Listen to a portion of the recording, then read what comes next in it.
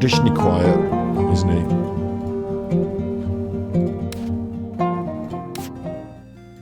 So, good evening.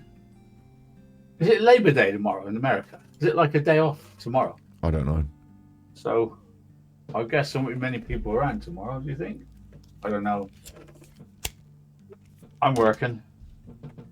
Susan Hughes has started off the night and the month, September, fantastically by gifting 5 memberships to you guys. Wow. New month, new monies. I realise now as well that he was pushing all that patron like last week, you know, then we're doing this study group, all this the week before. He was pushing hard, wasn't he? Because he does the double dip on Patreon, where if you signed up at the end of the month, you get billed for that month, and then you get billed for the next month on the 1st. So he gets the double dip on the Patreon. 5 of you lucky people are now members. Thank you. His audio quality is shocking because the mic is behind him. Even if it's not behind him, it's not pointing. Like, it needs to be in front of his face here. Susan Hughes. Thank you, Susan. Great start to the month. Here we go again. Start a new month. Fight the good fight. Free speech. Vinicum. Gloves are off. I can talk about any true crime that's in the public media. I believe I can anyway. I think you as long as can. I don't accuse anybody of doing something they haven't, right? Not really even that. Do you know what? I don't think like I care if Alan accuses people of doing things. I don't care about that. Like, what I care most about is if you're plagiarised. Well, originally it's if you're plagiarising the content, and then when it turned out that you're a total bad chuffer and all this other stuff you've been doing, let's get that out in the light. You know. Obviously, Martin Dean and these other people have been doing a good job of a lot of that, but I found my own little bit here and there, didn't I? And then analysing his actions as a grifter. Which is now he's a lolcow, so he's just an idiot on the internet who is there to be ridiculed for the quality of their content and their character. Hello everyone. Hello. My name's Alan. I am your... My birthday treat, says Susan. Her birthday treat was to give people memberships. Happy birthday. I'm To give you money, Alan. sweating. It's hot. Nice to see so many regular faces. Sooty from the bully channel. All those wrinkles have gone on the top of his head, haven't they? No, they're all getting mixed up now, aren't they? The bully study group, the McCann study group, and the Watts study group. Is he not aware? I suppose this is what there is use in me doing this. This is why we do it. Is he not aware that those people, it's not like he's got some people that turn up for this and like, all right, so when I was doing Nichol Bully, we had 10,000 new subscribers. So they're the Nichol Bully subscribers, and like they've never heard about Chris Watts and they're not aware of Madeleine McCann, and they don't, like, what is he thinking? Like, you've got 3,000 people that watch your stuff regularly, probably 2,000 regular and another 1,000 floating voters that have come in, you know, to each particular episode, maybe new people, maybe less than that, but I think more likely, and he will be able to see on his statistics, on his analytics, he's probably not attracting a lot of new people. It's probably return people, and like, they're the same people in each study group, Alan. They're not, of course, it's not they became intermingled. The people that watch you are always the same people. We're all into mining and getting in with each other's cases, which is good. Hello. Right, so we begin, yeah? Actually, he might be right in some contexts, in that they might get the Rusick people, and like, you know, you might have people that are interested in that case and have been watching his content for that reason, and then they might, you know, discover this other case and have a little look. But you can't really realistically think that the people that have been interested in those 3 different cases are unaware of the other cases until they turn up at Alan's. That's ridiculous. I don't understand. The filter does really, it's a double bubble on his neck. His neck looks like that, and then the filter really accentuates it. I have seen a ghost myself, and some of you have seen ghosts, right? Right. Sorry, what? But never have I ever seen something like in the Watts case. Where... Look at this.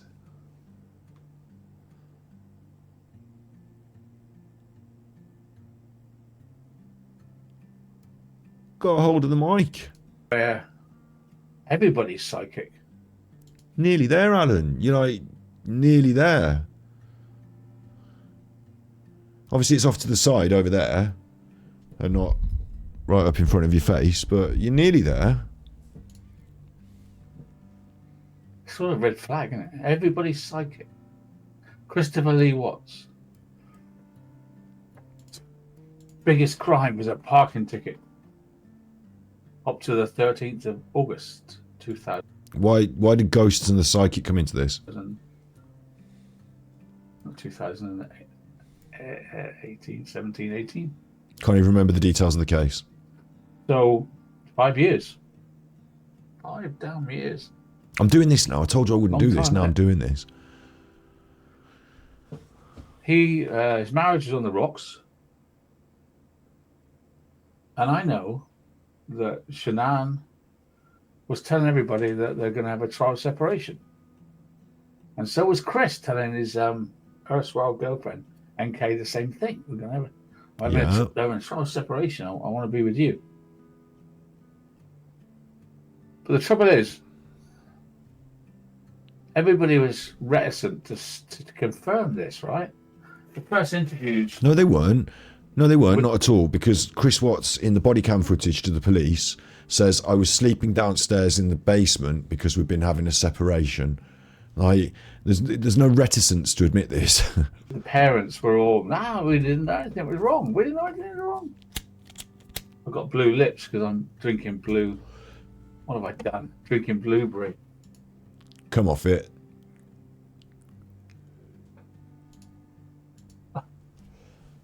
Come off it.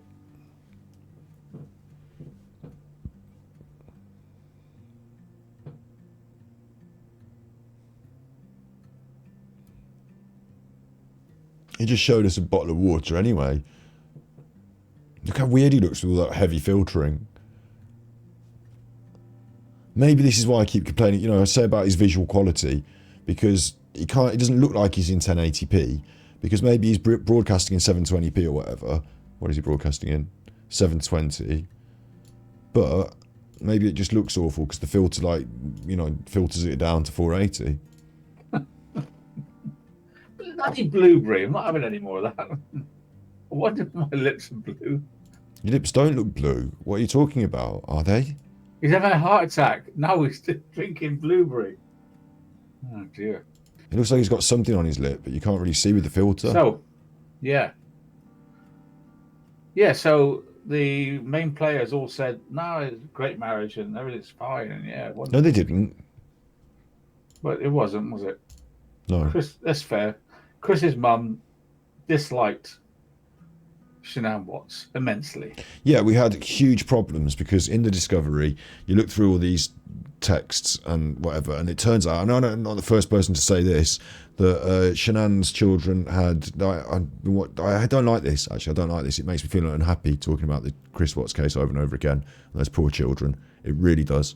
One of them had a nut allergy, and the parents of Chris Watts put the nuts out, and she was like, I don't want to be around this house with these people who don't understand me and my food dietary concerns because it's lethal to the child. They got nuts out. I'm leaving. And it's been a problem. No, for sure. Shanann's parents like... I tell you what, it's not just sad, right? It's fucking horror. It's like, you know, there's videos on the internet that if you want, you can go and watch them of like beheadings and like the cartel. You should see the shit the cartel get up to.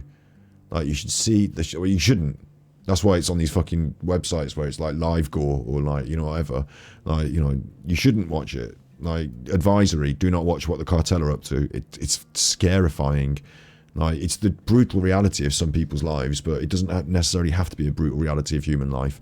And some of these things, because they're so outside the box of what you would, like what Chris Watts did is so horrific. Like, even just to talk around the subject, like, it's harrowing is the word. It's harrowing, I think.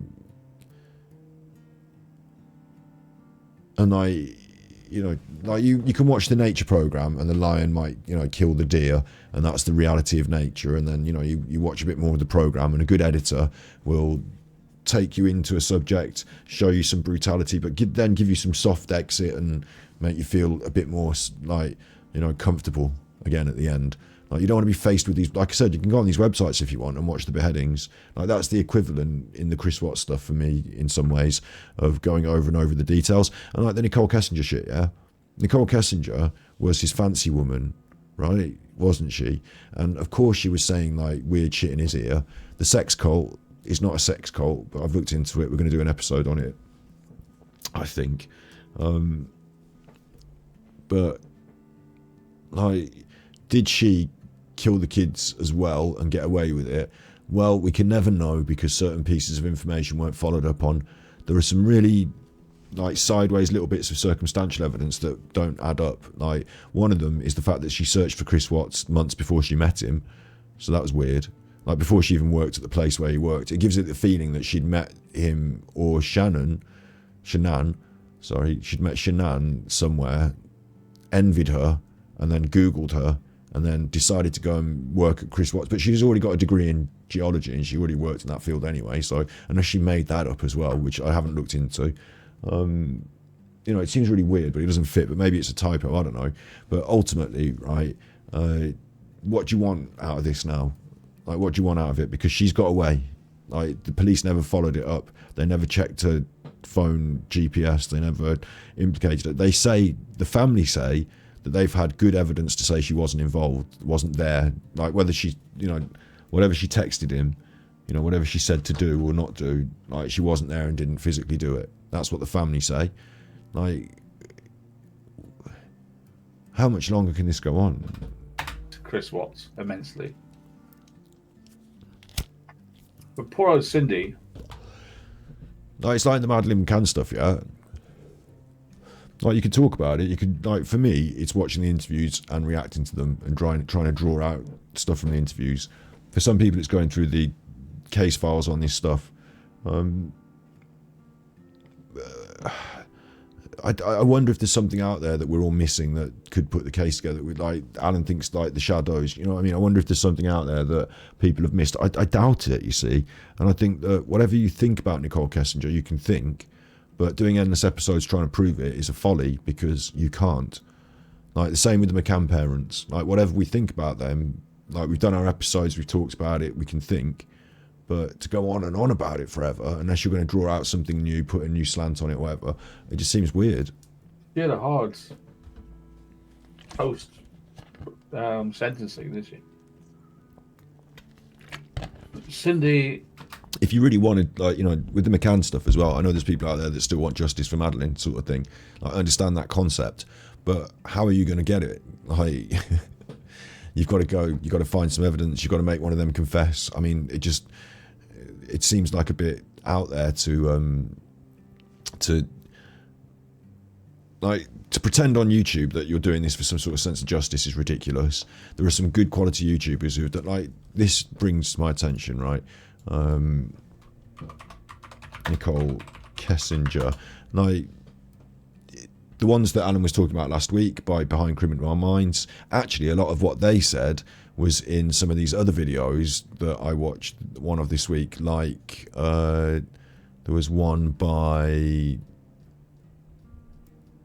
I hope it will come up, but I've already watched it, so maybe it's not suggesting it to me because it knows I've already watched it. This one, Swoop, was good, covered a lot of stuff. In the end, said they didn't think Nichol Kessinger did it, but covered a lot of the stuff. And there was another one as well, though, that was 2 years old, that basically covered this one. And Annie Elise 10 to Life, this video. The amazing Google Pixel Fold has arrived. Durable design inside and out. Hey everybody, welcome back. My name is Annie Elise, and this is 10 to Life.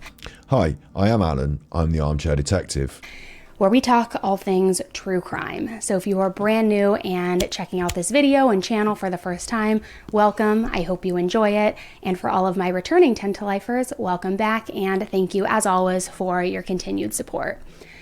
Today, we are going back to Watts Island. And don't say it, I know, before you guys say anything, trust me. I promised myself that I would never go back to Watts Island. I made a vow to myself that I wouldn't. But this new stuff came out from this interview, and it's very much the same sort of stuff that Criminal Minds, whatever, was saying as well, which, fair enough if they've read it through themselves and found the same similarities. And there's some stuff that's not the same and some stuff that's different. So they've got their own videos. But like 2 years ago, there were people, like good quality people, covering this. She's done the 45-minute video. She's picked out all the inconsistencies in this interview. You know, she's made the points. You know, it's old news, really, isn't it? And like the ultimate result is, and what? Like Nichol Kessinger seems fishy. Like there's all these interview things. There's all this stuff from the Discovery. She seems fishy. And what? Like if you want to push it on any further, you've got to go out and find something, haven't you? And you've got to like, you know, drive it forward in some way. Like going over and over it doesn't really, in my opinion. Oh, they gave away some memberships. I missed it. Sorry. Thank you very much. Oh, there it is. Yeah, I see that there now. There. Thank you, Red Fan, for the gifted memberships. Thank you. Thank you for that. I'm trying to put in the hours tonight to make sure I make up for not being on the stream this week a little bit. So I'm really grateful that people who have turned up to tune in get those gifted memberships as well. Thank you. Thank you. Yeah, to go over and over it in this way, like it just now seems like you.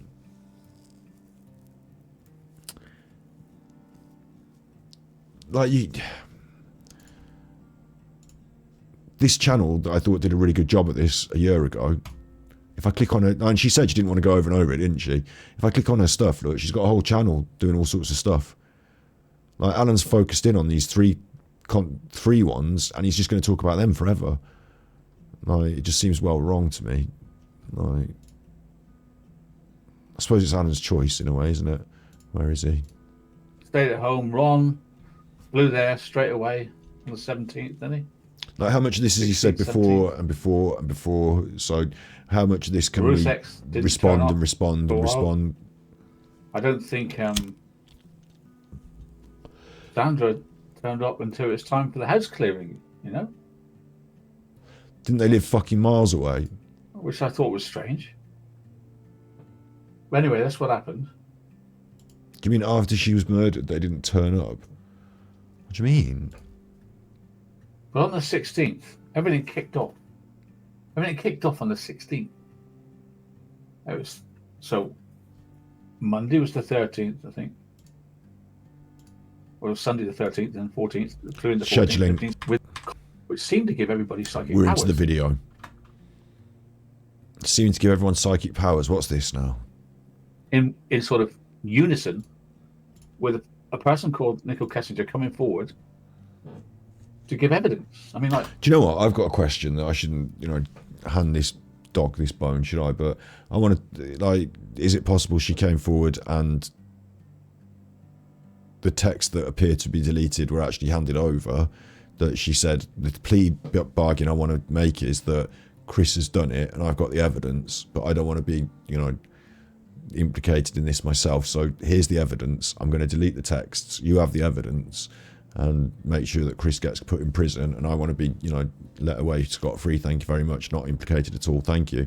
And then that's why they knew where to go and look as well, because she could have told them where to go.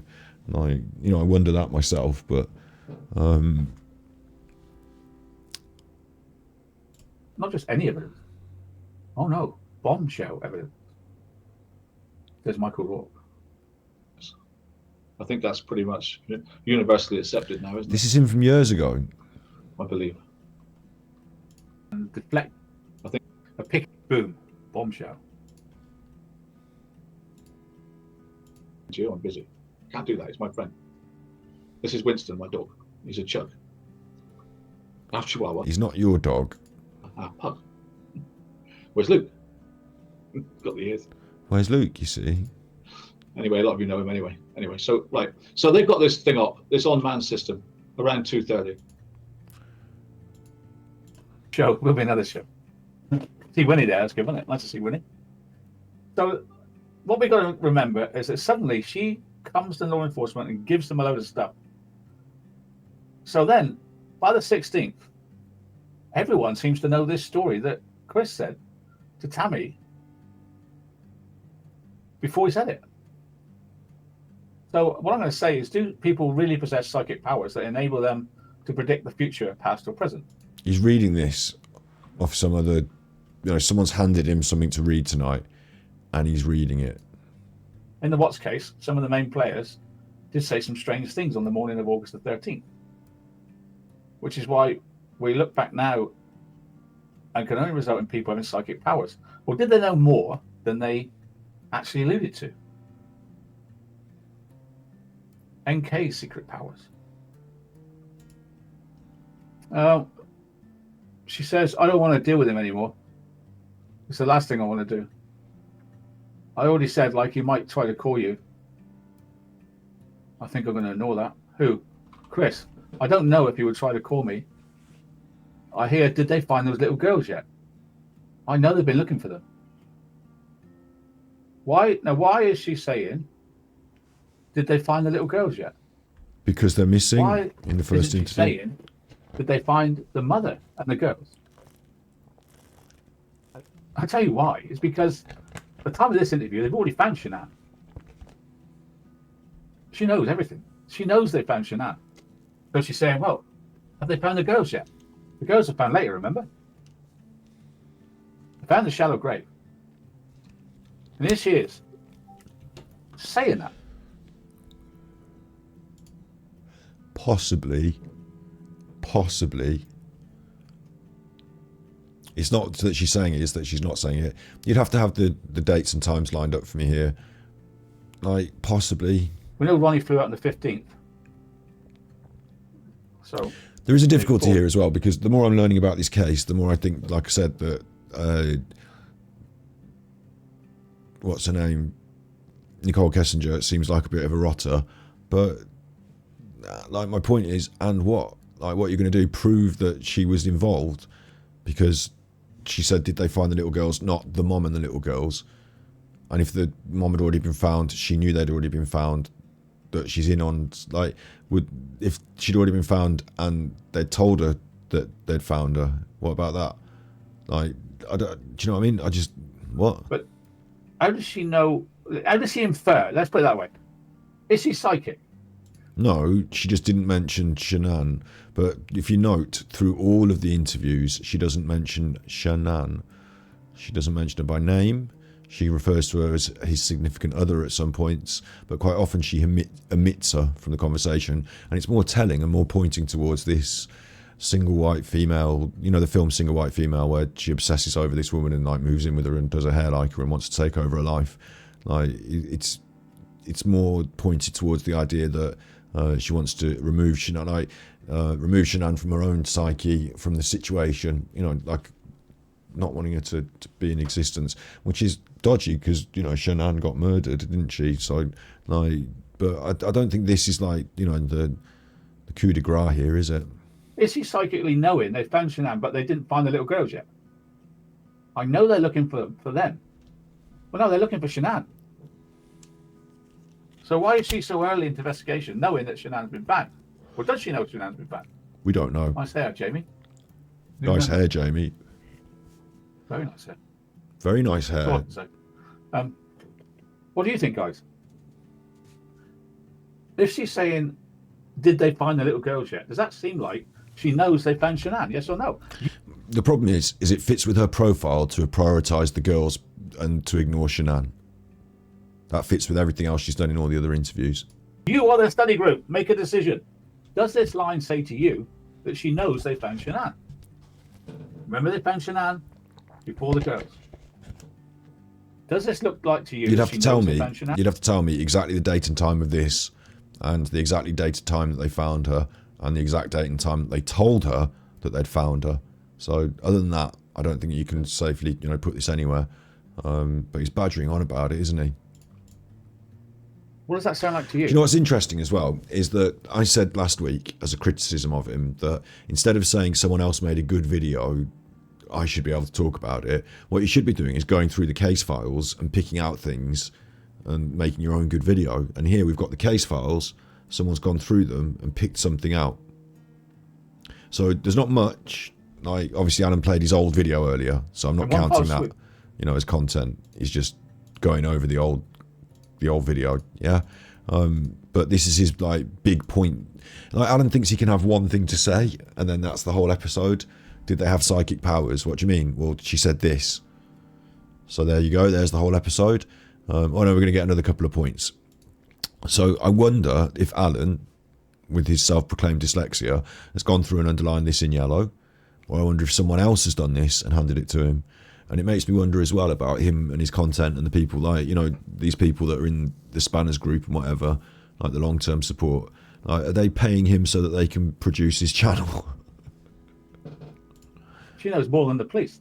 They might, like, that might be an idea for some people, mightn't it? If they really think this about this political topic, not political, but you know, this hot potato about this, they want someone out there on the YouTube popping at this woman because they really hate her, don't they? In America, they hate this. I mean, Nichol Kessinger doesn't come out of this smelling of roses, does she? So they all hate her. So maybe the spanners are just people that really hate Nichol Kessinger and want to pay this man to fucking go on her on the internet.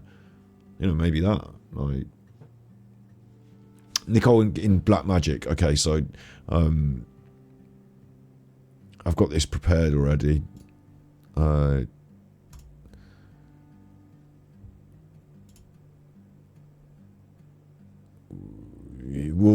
Okay, I need to take a bathroom break and we'll talk about Nichol and the Black Magic, but I wanted to do it as a full episode really on the main channel. I think I don't know if it belongs on the main channel. I just think it'd be funny to make Nichol Kessinger content that Alan would be like, what's he doing on my turf? But I've lined up some stuff about that. I've looked into it. So yeah, Prophecy UK, yeah, I'm saying that Alan is maybe not the monkey.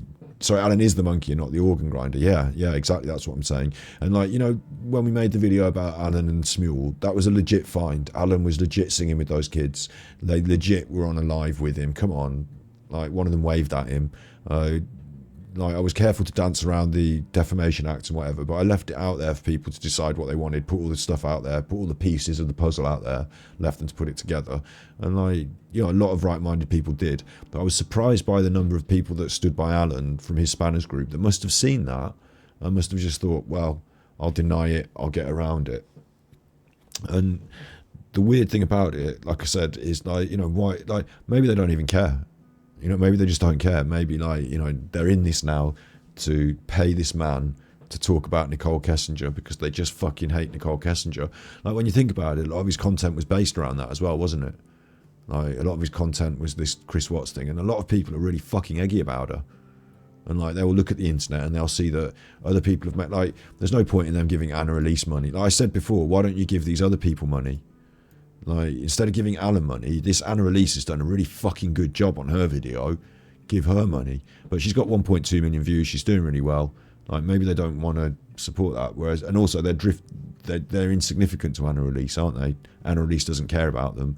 Like, but Alan needs them for his support. So maybe instead of Swoop, they're supporting Alan. I don't know. Like, it's a different conversation in a way, maybe. But for whatever reason, yeah, like, these people are connected to Alan. They won't leave him, and this is where their money goes, and this is what they... Overall, Alan's gone back to form, he thinks, hasn't he? You know, he's really going back to the gold mine, you know, going back to the old formula, and this is what they want.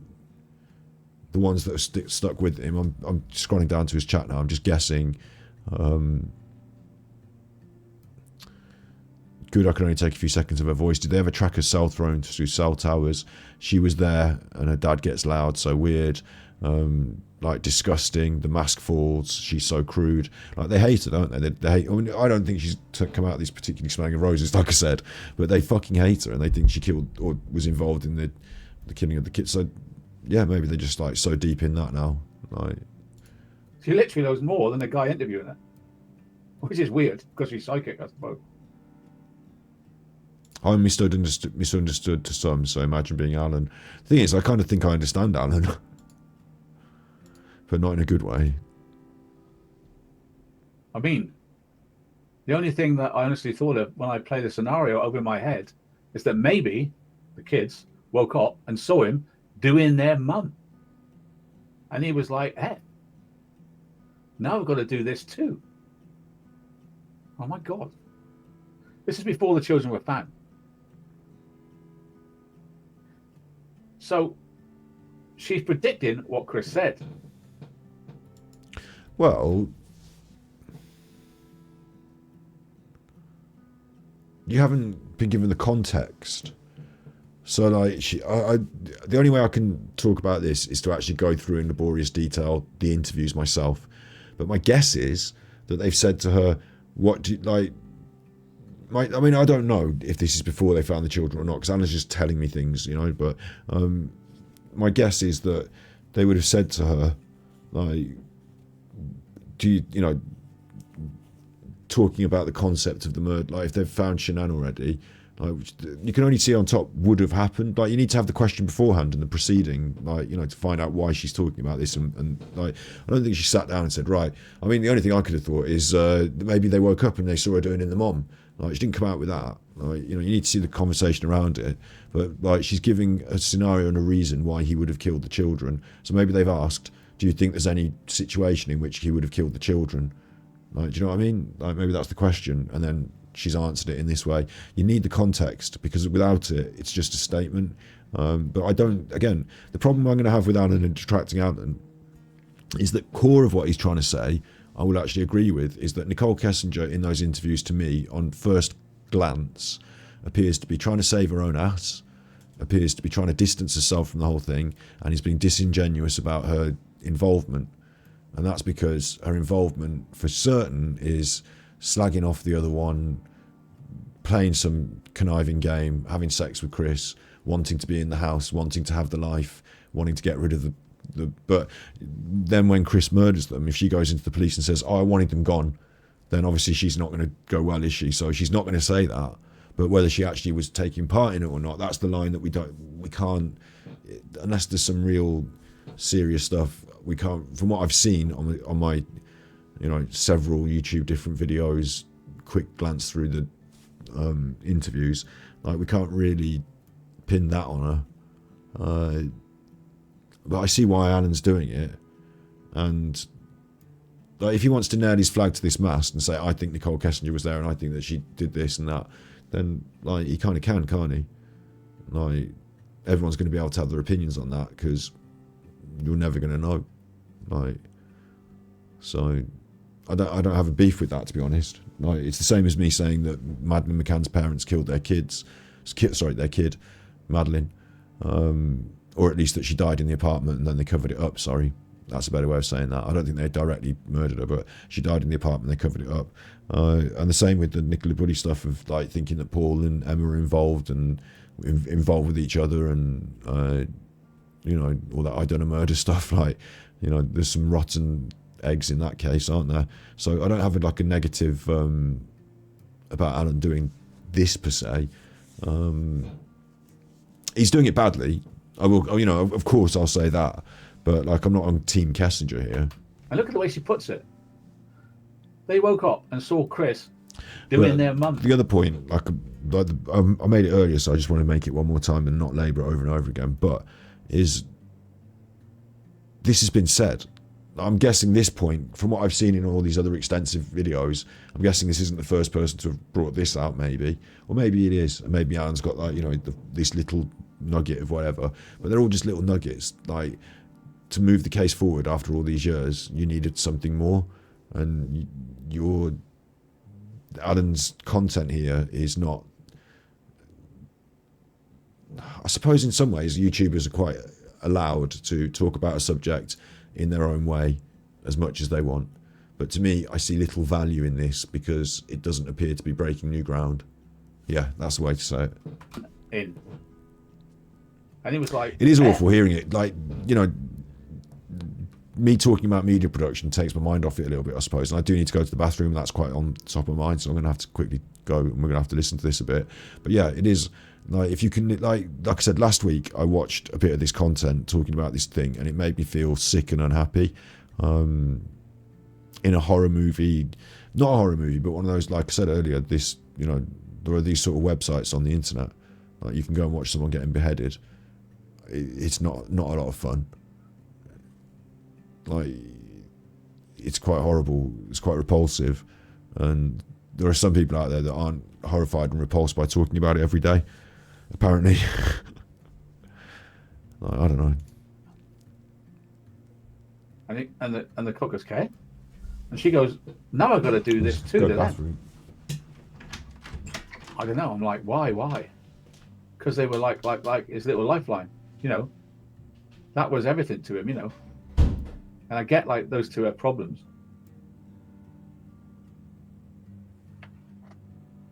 And the cop says, but he had a great relationship, but from what you're accounting, he is with the kids. He had a great relationship with the kids. He loved the children. But what's in her head after Monday night, when she doesn't want to speak to him, but after Monday night, she's thinking that they woke up and saw him doing in their mum. Well, why is she thinking that? Because this is what they spoke about. This is what Chris Watts and him have worked out. How would she possibly know this? How? Because that's exactly what he said in one of his confessions. They woke up. So what's wrong with mummy? Remember? It's too close. Unless she's psychic. Maybe she's psychic.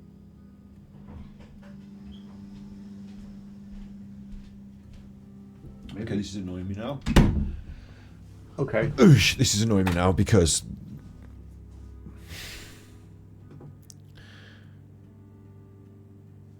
saying this and then saying unless she's psychic, right?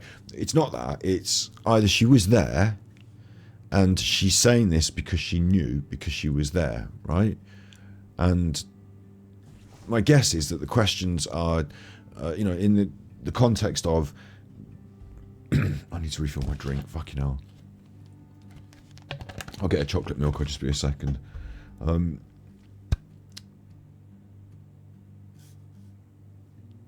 I need to put this point across properly.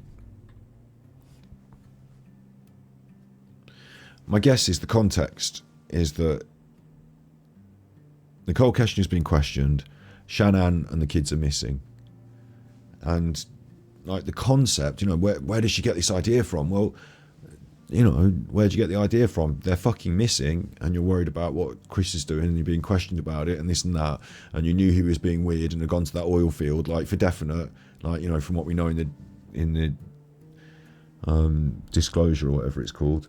Like okay, I think that's a normal thought to have, but the follow-on that Alan didn't do, or should have done, I guess, should have done, is not just say is she psychic, but either she was there and the reason she knows is that she was there and so this conversation was had, this thing was happened and she was there, or there's another option, which is that she wasn't there but Chris has told her about it and she's heard about it and she knows about it, right?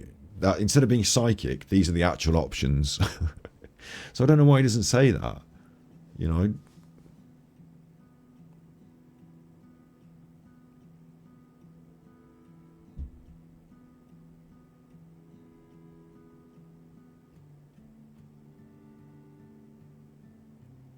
I need to see this in the context of the interview to get my head around critiquing this properly.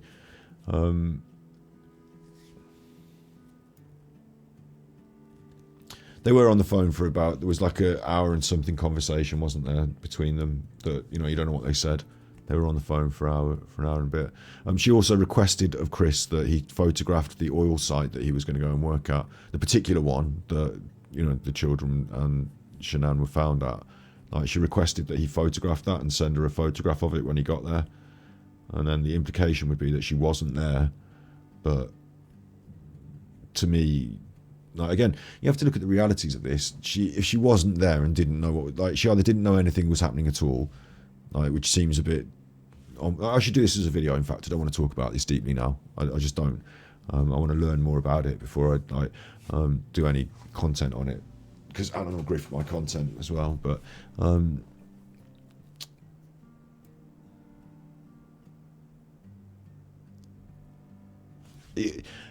to critique Alan, to say was she psychic without outlaying the other options seems a bit weird. But maybe he's going to go on to do that. I don't know though. I'm going to get a drinky. The cop says, "Wait, Nick, that she was there." Do you hear what I said? This is when. Her dad says, "Wait, Nick." And the question was that she was there. You see, this is where it's been messed with, right? Remember the bit where Nicky's dad says, "Wait, Nick." He's not called Nick, is he? But anyway, he says, "Wait, Nick." And then her dad says, "Do you hear what I said?" Look at the line in the middle. The line is that she was there. Coming in. Right? Where did that line come from? Coming in. The line, I mean, the story was about if I remember rightly, Oosh, see, now he's he even was saying confusing stop himself. bleeding, you know, that If this interview exists as a piece of media, you know, where you can hear them talking, then I'd much rather someone lined that up and showed it me. you know, Shanann was this, Shanann was that. Now, if you knew that Shanann was pregnant, you'd finish with him. Look at that line now. Wait, Nick. Did you hear what I said? Now, the line in Discovery is like that she was there. You see that line?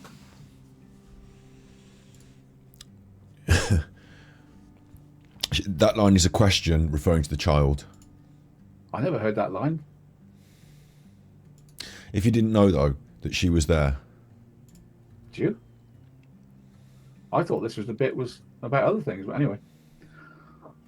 So I'm not following you. I'm not. I am following you, says Kovac. I'm following you. I just want to hear the answer to the question that relates that she said something that's important.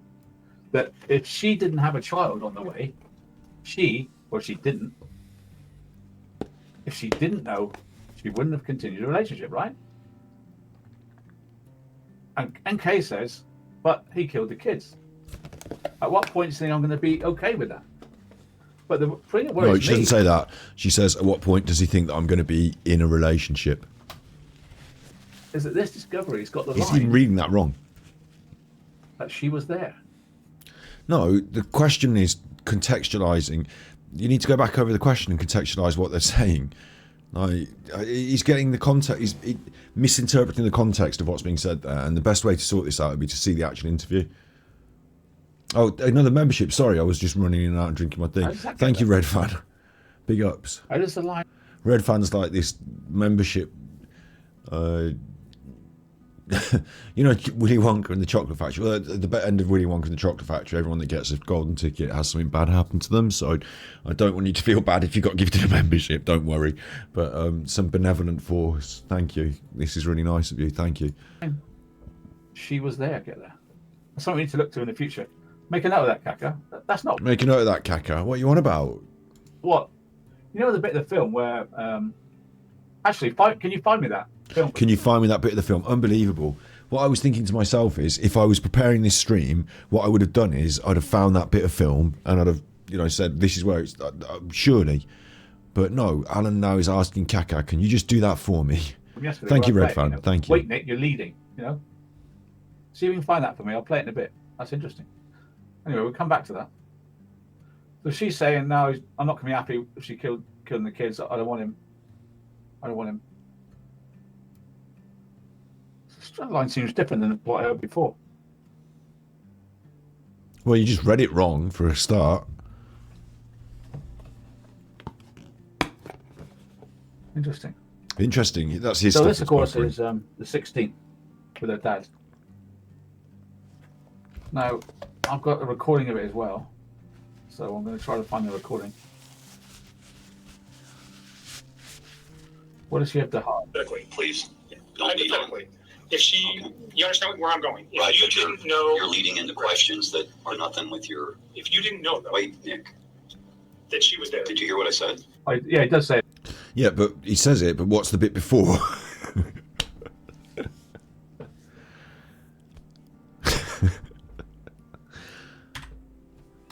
if you didn't know though, Wait, Nick, no, you're leading into.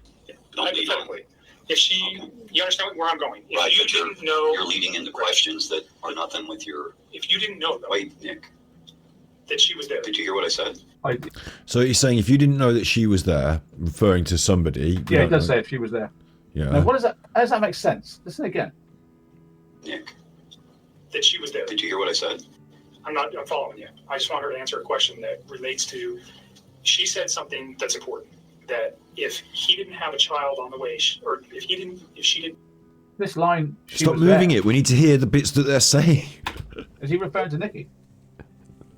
Is he? relates to, she said something that's important, that if he didn't have, She said something that's important means in the interview, right?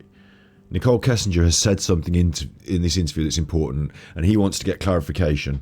have a child on the way, And the clarification is, if Shanann, God rest her soul, didn't have a child on the way, or if she didn't know that, she would have continued the relationship, right? Nichol Kessinger would have continued the relationship. But he killed his kids. At what point does he think that I'm going to be in a relationship? So this is obviously after they found out that he's killed his kids as well, isn't it? She's not some psychic mind reader here. She knows that. Yeah, so there you go. So her response to that, I've actually seen that in one of these videos that I've been watching. Like I said, like they're saying to her, if like, it was Adam, wasn't it, talking about it as motive as well? It's motive. Like, you know, would you? Your motive for killing her is like that you want to go out with Chris, but there she's responded to it by saying, I wouldn't want to go out with him because he would have killed his kids. So that's actually a reasonable answer to that question, and there's nothing in that, is there? There's no, I don't know what we're putting out here really, but he was there. What does that mean?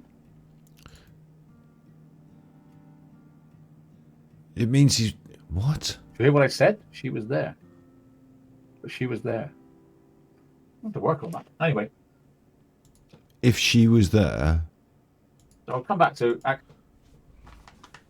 we're going to move away from it instead of clarifying it. Now that I've got a hold on the Very context, I want to go back interesting. and see what it was they were saying. Nikki Kessinger got this stuff in her head from nowhere. She must have heard it from somewhere. What do you mean? Must have. Like, this is like gaslighting, isn't it? It's like confusing. He's not giving you the full circumstance and context. He's making you feel confused about it. Even me, like, you know, I'm feeling confused about this. This has not been clarified in any way. It's been made more confusing. If you didn't know, though, that she was there, is the bit that got cut off, that he's trying to make a thing out of, yeah? And then he follows it up by saying, if you didn't know that she had a child on the way, if he didn't have a child on the way, if she didn't, if he didn't, if you didn't know that, would you have continued the relationship? So what he means is, if Shanann wasn't there, would you have continued the relationship? Like, regardless of whether he's like having this relationship with this other woman or not, like, you know, are you into Chris? I'm a bit confused actually by the question itself. Actually, it's a strange question, isn't it? If you didn't know that she was there, Shanann, he means. He doesn't mean if you didn't know that, like, 'cause he's asking Nichol Kessinger this question, yeah.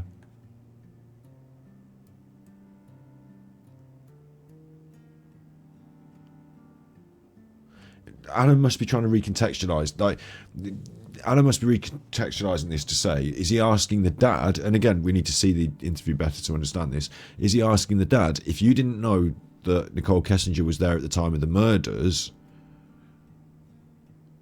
would Nichol have continued the relationship? So that doesn't make any sense. Like that, like if you recontextualize it, that he's asking, if you didn't know though that she was there,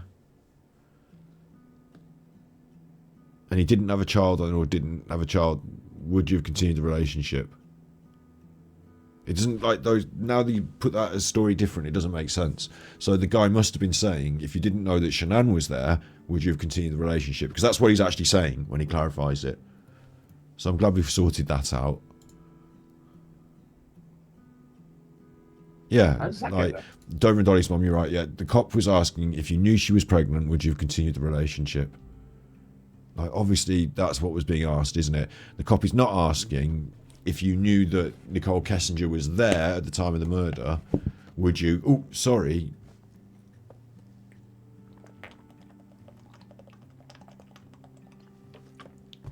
Is he? And her dad has not cut him off there because he's leading her in, you know... Because if you follow it through and you put that in that place, then the follow-up question doesn't make any sense. How does the line? Now I got to do this too. I don't know. I'm like. I wanted you to hear that because of the way she says it. Or nothing with your. If you didn't know, though, Wait, Nick. that she was there. Did you hear what I said? Yeah, it does say if she was there. Now, what is that? If you didn't know, though, Nick, that she was there. How does that make sense? Listen again. Nick. That she Who's saying it? Who's saying it? To who? Now, To what is that? whom? How does that make sense? Listen again. Nick. that she was there. Did you hear what I said? No, he's I'm not not- saying if you didn't know, Nick. He's saying if you didn't know, and then the other guy's saying Nick. Like that. they're two different like, God. Again. Nick, That she was there. did you hear what I said? Nick, I'm did not you hear what I following said? you. I just want her to answer a question that relates to. She said something that's important.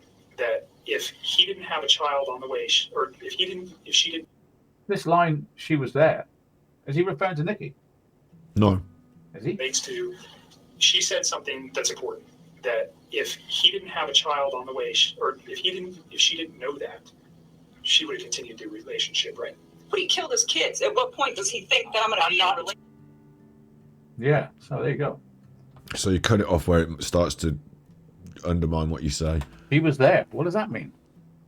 It means that if Shanann wasn't there, he wants to ask, if they got divorced and Shanann had gone away, would you have continued the relationship with Christopher? That's what he wants to ask. But he says it in a bit of a funny way, like if she wasn't there, because it seems like the line that was crossed was that he's got this pregnant wife and therefore I can't, or would you have? Right? Or if she wasn't there anymore, would you have? Like, it seems like that's the sort of question that's being asked here. It's not. It seems unlikely that the detective would be saying to her father, if you knew that Nichol was there at the time of the murder, would she have continued to go out with Chris despite his pregnant wife? Did you hear what I said? She was there. But she was there. I have to work on that. Anyway, so I'll come back to Atkinson later. I'm very interested in how Nikki Kessinger got this stuff in her head from nowhere. Again, it's not ridiculous, is it, to get anything in your head from nowhere, because the guy is in a relationship with you. He has discussed extensively about his problems with his wife. Like, she's gone missing. He's acting weird. Probably talk to you as well. Like, even if big ups vibing dude. Big ups vibing dude. If anything, even like regardless of her level of guilt, yeah, like even if she was completely innocent, like alarm bells would have set off in her head at some point. So like she's in being questioned by. Imagine you're brought in and being questioned by the police about the disappearance of your lover's wife and kids. Like, you're going to be like, I hope he hasn't fucking murdered them. Like, that's the first thing on your mind, isn't it? Like, am I nuts? She must have heard it from somewhere. Must have. Strange. Colorado Bureau of Investigation, Kevin Kovac, cocked this up royally, I think. Well, The only thing that I've honestly thought of when I play the scenario over in my head is that maybe they woke up and saw him doing it in their mom. It's like, fuck. it's unfair to say he cocked it up because, and I don't know how the law works in America, but Chris decided that he was going to just say, look, I've done this, I'm guilty, I don't want to do a trial and have all this shit go on, I just want to say I'm guilty. And they said, okay, thank you very much, handcuffs on, still going to put you through the trial bit for the sentencing, off you go prison.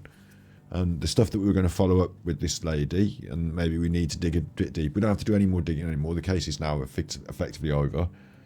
They accepted it, didn't they? The judicial system. So in some ways you could say, well, Nichol Kessinger could have got away with X, Y, Z. She could have done.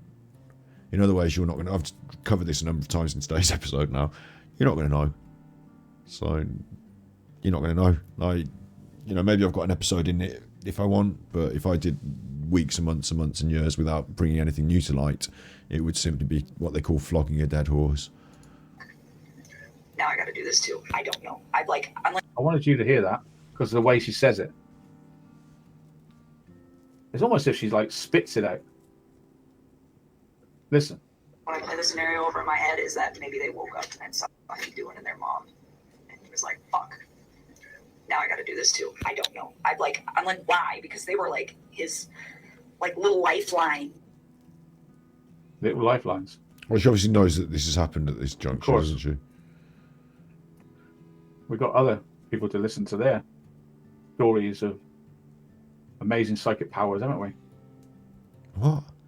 We really have.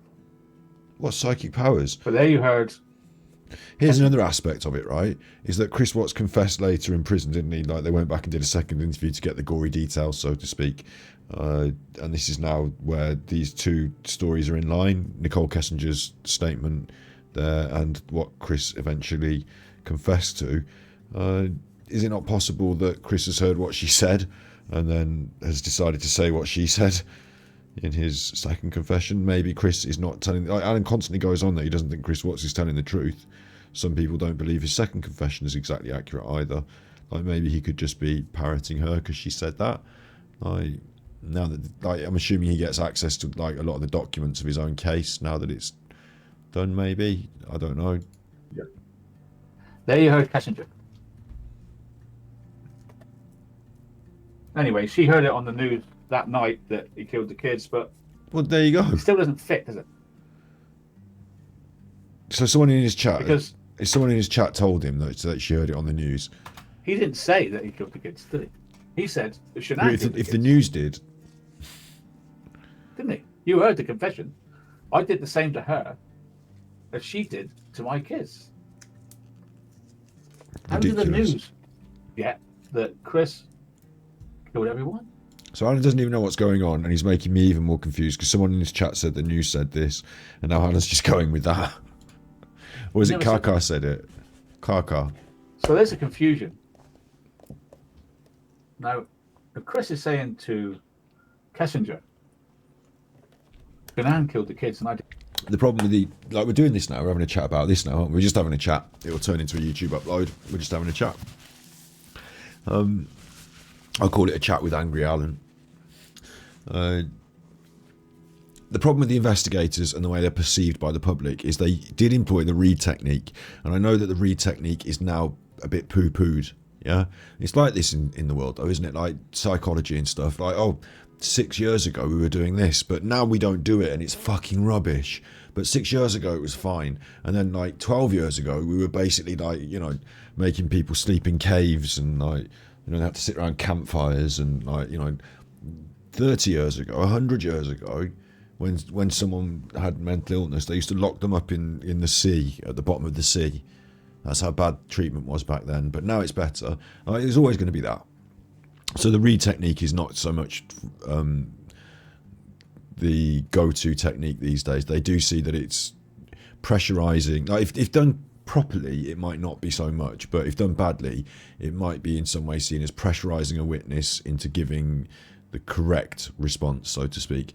But in other ways, right, the Reid technique initially it involves you establishing a rapport. Like you're not in America, you're allowed to lie to the person that you're interrogating, but the Reid technique's about establishing a rapport, giving them space to accept certain aspects, and then closing that space narrower and narrower until eventually we've got what we like. For example, did you like going in and saying to somebody, "You're a cold-blooded killer, I think you murdered those people, you sick bastard," they're probably going to say, "No, I didn't," and just close up.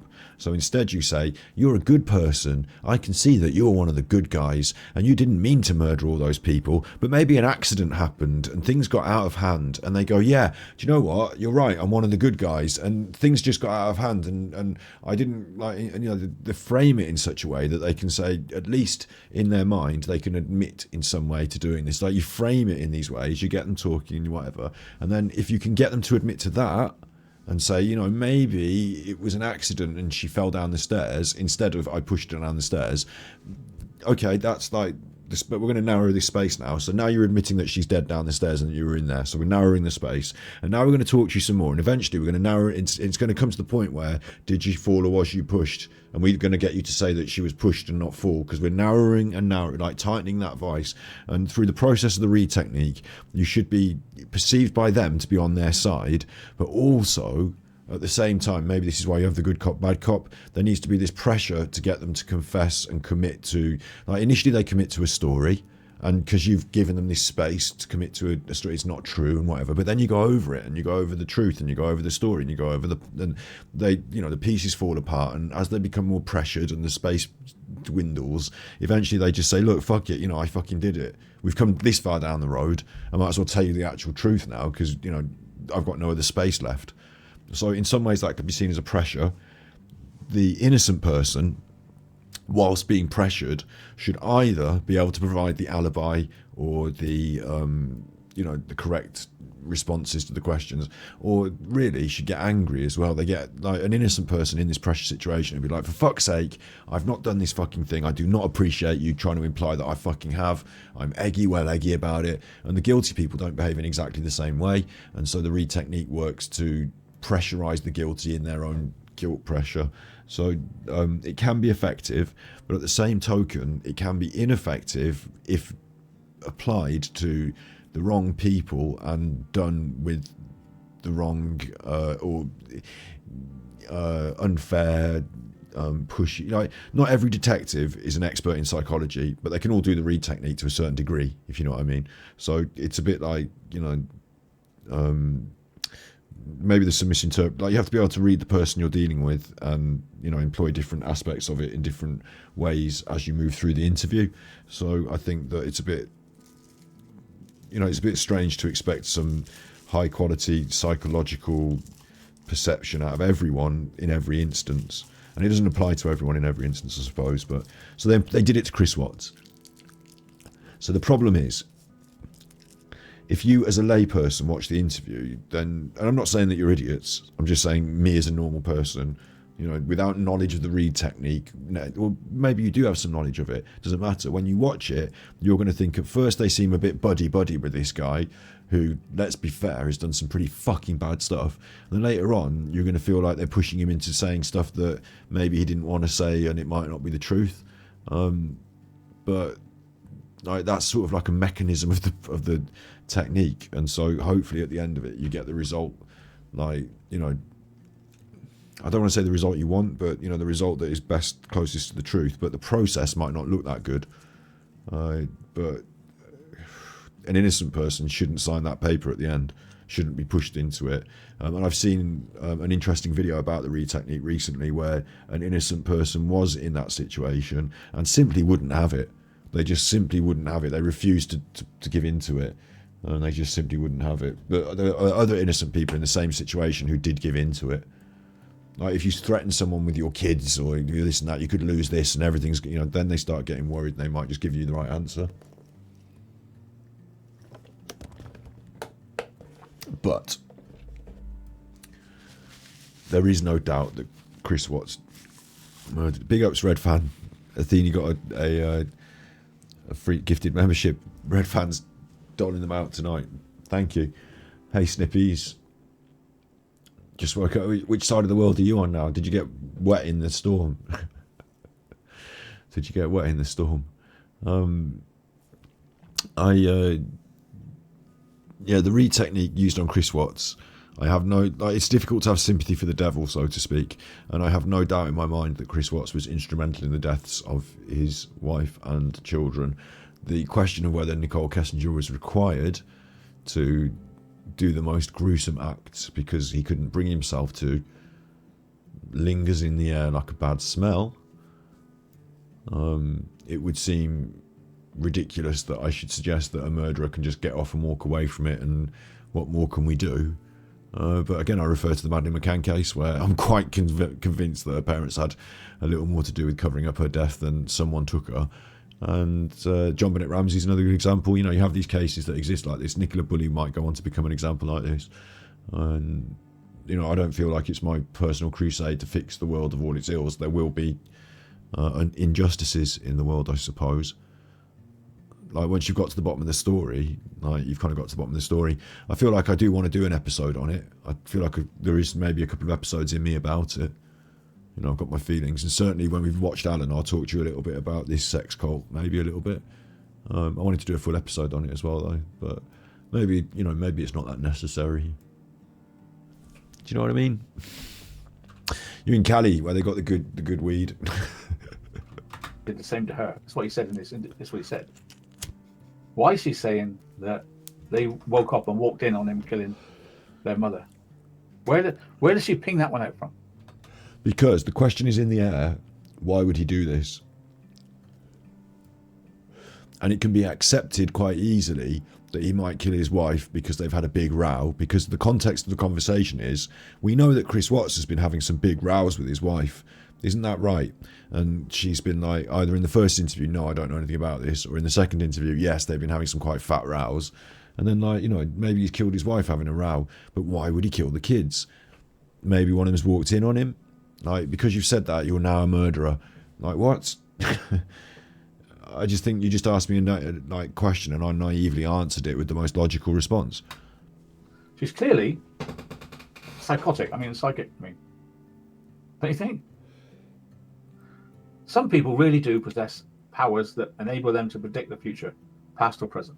In the Watts case, some of the main players did say some strange things that we've got to look at. The most fucking weird thing in the Watts case, out of all of it for me, is that she was searching Google for Shanann Watts months before she worked with Chris Watts.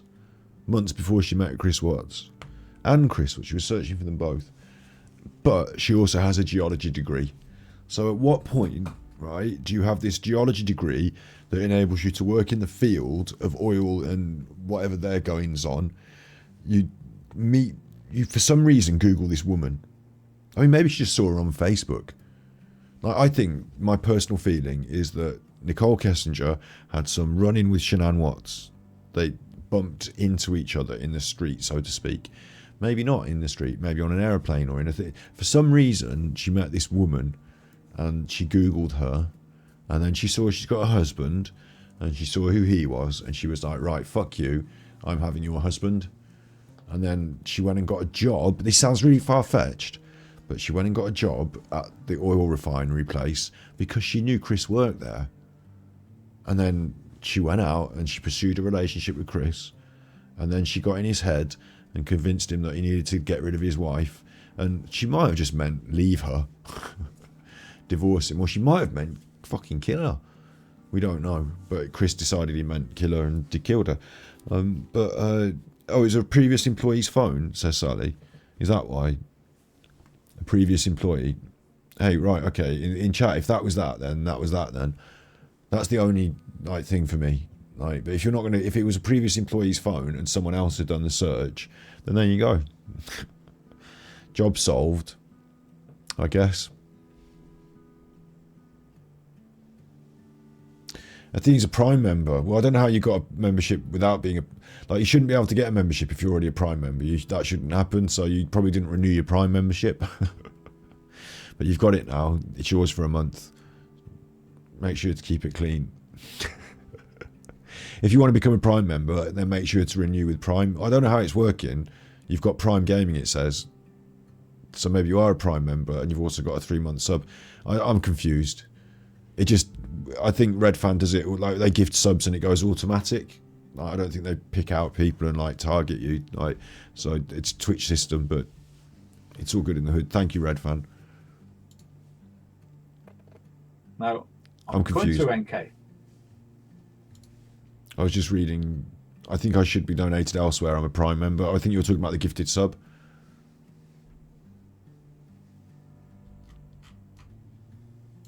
When NK was interviewed on Thursday the 14th at Thornton Park by Kevin Kovac, when posed the question if she believed Chris killed Chris Watts, she replied, I'm sure she said this on the... Are you getting mixed up? We get mixed up with the days. Oh God, how could you be asking this if you're presenting a show about it? And again, we're just having a chat here. But Alan, if you're presenting a show about it, you need to have these things in order. Little bits of information on the screen, make it clear. You can't just be confused yourself. Did she say on the 14th that Chris had killed? Oh, you pick out a non-star and sub it, do you? Wow. I didn't know that happened, Red Fan. I thought it was just like YouTube where you pay for the memberships and then they get gifted out. Interesting. So you can be a sub sniper. That's right. That's kind of cool.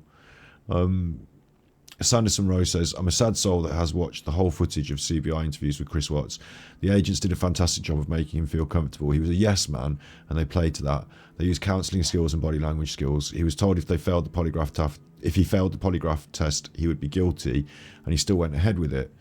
He never asked for a legal representative. Yeah, the problem with this is, right, that they're not asking for legal representation. Is just I'm not sure Chris Watts is that smart, to be honest. because even if you haven't killed your family, you still want legal representation if you're being interviewed for that very reason. And then the polygraph thing, like, he has to pretend he's innocent at first. Like, when he's saying that he's innocent to start with and claiming his innocence, he has to behave like an innocent person would. So he initially probably thinks, well, an innocent person wouldn't ask for a lawyer and do no comment. They're looking to try and find Shanann. He's probably spoke to the police before he's come in for his first interview. We're trying to find my wife. Can you help? They were there at the scene. He's trying to play along, like you say about being a yes man. He's trying to play along with the narrative that he's innocent. So at some point, until it gets into hot water and they start to point the fingers at him, he's trying to play along, isn't he? And initially it might be like, can you help us? When you get the rights, Miranda rights read to you, at that moment he should think fuck, and then should order a lawyer and not say anything. Even, like, obviously guilty people, I feel bad, for saying this, but that's what everyone should do, isn't it? Like, so,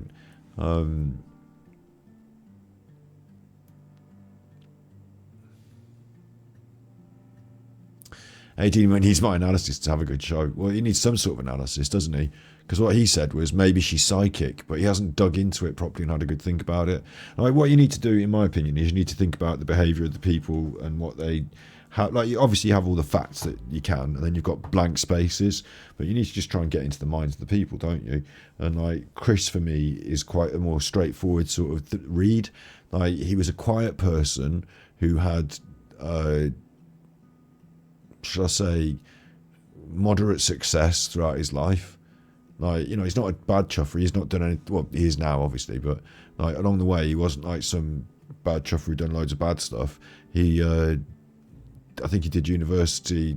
Like, did he? I don't know. Like, at the end of the day, he's got a job and he's doing all. I think he did do university. He's got a job and he's like doing all right for the monies, and like he's a reasonable looking fella. And he got with Shanann and they had this relationship and everything's going well, but they had a lot of money spending on the mortgage and the house. He gets pushed around in the home as this, like, loses a bit of his like masculine identity because he's got 2 girls and a wife, and giving everyone back rubs and getting everyone's lunch and running around and working all that. And like, feels like he's lost part of his life over to these women that dominate the environment around him, and he's paying for them. And then he at the same time starts losing weight and getting fit and seeing himself as a more like his personal fitness journey, losing the weight, seeing himself as an improvement project. And at the same moment then Shanann is tying him down even further with another child, which making her feel like being pregnant, she required a lot of attention. She had difficulty with the pregnancies, and like she starts putting on weight and being pregnant and all this. And at the same time, he's like doing his press ups and thinking he's like looking great in the mirror. And there's this saucy one at work. Like, these things have all fallen into line in that way, haven't they? And the normal sort of progression for this would be for him to get caught having a relationship with this woman and to move out and say sorry.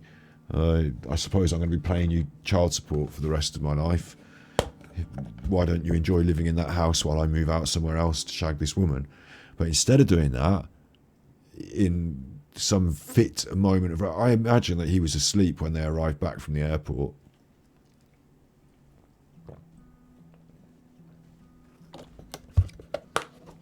Planning his new life, enjoying his, sex with his mystery woman. I imagine he'd been busy and he was asleep when they come back from the airport. He claims that in the morning to get up to go to work, he woke her up and they had a row. But I imagine like he was waiting for her to get back from the airport. Like, he said he was waiting for her to get back from the airport, didn't he? But I imagine he was falling asleep and he was woke up and he was angry at the time. And then I imagine that in the morning, like, hang on, I've got this wrong, haven't I? No, yeah, it's basically, I imagine that he wasn't not in a good mood at being awoken and an argument had broken out. And like, he's flipped and done the stupid, like, didn't he get on top of her in the bed? Am I getting this wrong or right in my brain? I watched a lot of videos about it recently.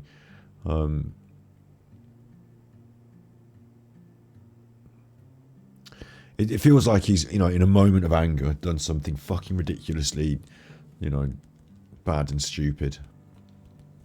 Do you know what I mean? Like, Like, anyone can see that, can't they? Like, instead of saying, right, I've had it with you, I'm leaving, like, he's decided to murder her.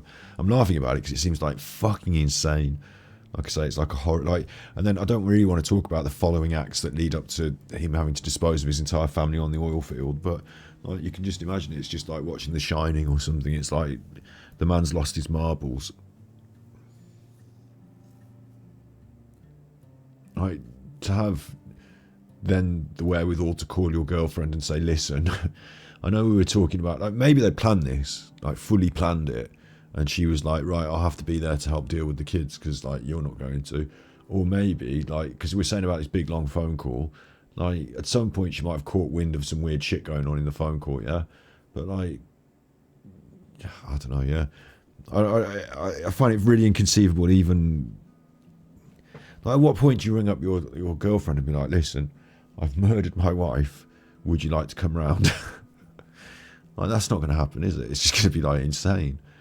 But then he's going to try and tell her that, oh, she's gone off somewhere, I don't know where she is, but we can start a new life together. I don't know. Yeah, she came home and picked an argument and got out of control. Yeah, good point, Dover and Dolly's mom. The dinner. Yeah, that's true.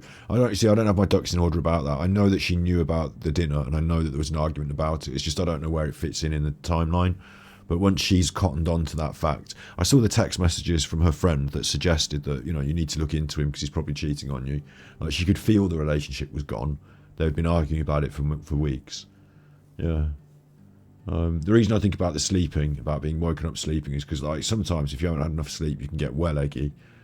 I know this sounds stupid, doesn't it? It sounds stupid, but you need to pick people at the wrong moment to get the, like, otherwise he's thought, like, maybe he has thought, I did think I saw this clip as well of him pretending to strangle her while she talked. I think he's fantasized about it in a way, but I don't think that involved planning. I'll tell you why I don't think it's planning, and again, Alan can just rape this content now, which he's probably intending to do at some point, but I think it shows a lack of planning because he got caught in the most stupid ways. Like, he took her to work and like do you know what I mean? Like, none of this was the act of someone who had planned it out. Like, it doesn't, this is not a good way to, like, the people were on him the next day. Where is she? Like, it just doesn't make any sense that your recurring nightmare is a friend murders someone and they ask you to help them hide the body. It depends who it is and what's happened, to be honest. But most of my friends know that they could count on me with black bin bags, bottles of bleach, and some big black gloves. Most of my friends know that they could count on me. The problem with it is they've got to be such a good friend that you know that there's no way either of you is saying anything. No one's snitching. No snitching. No snitchy snitchies. No snitchy snitcheroos. Only snoochy boos. Snoochy snoochy boos. Yeah, so the problem occurs, right, is if they plan it together, Nichol Kessinger plans that she's going to get Chris Watts to murder the family and they're going to move away together and they're going to have the life. Nichol Kessinger intends to be there and, you know, to murder the family and they're going to have the house and they're going to live there instead. Then they would do it in such a way that they didn't get caught. It wasn't obvious it was them. Her fucking phone wasn't left out on the counter. Her handbag had been taken to be disposed. Her car wasn't still there. He hadn't disposed of her at his fucking workplace that was instantly searched the next day because, like, it was where he was.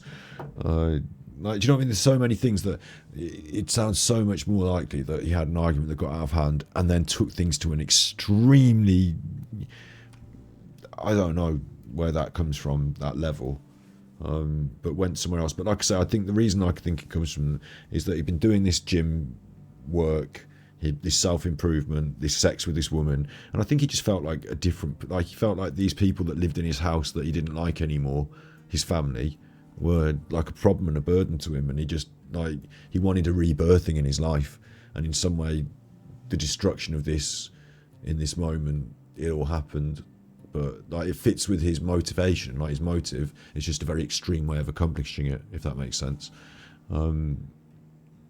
He didn't realise that a friend would pick up on her being missing so fast. Yeah, but if it's your plan, if you plan to do this in advance, you know, then you don't have to worry about that because you've planned it all out in advance.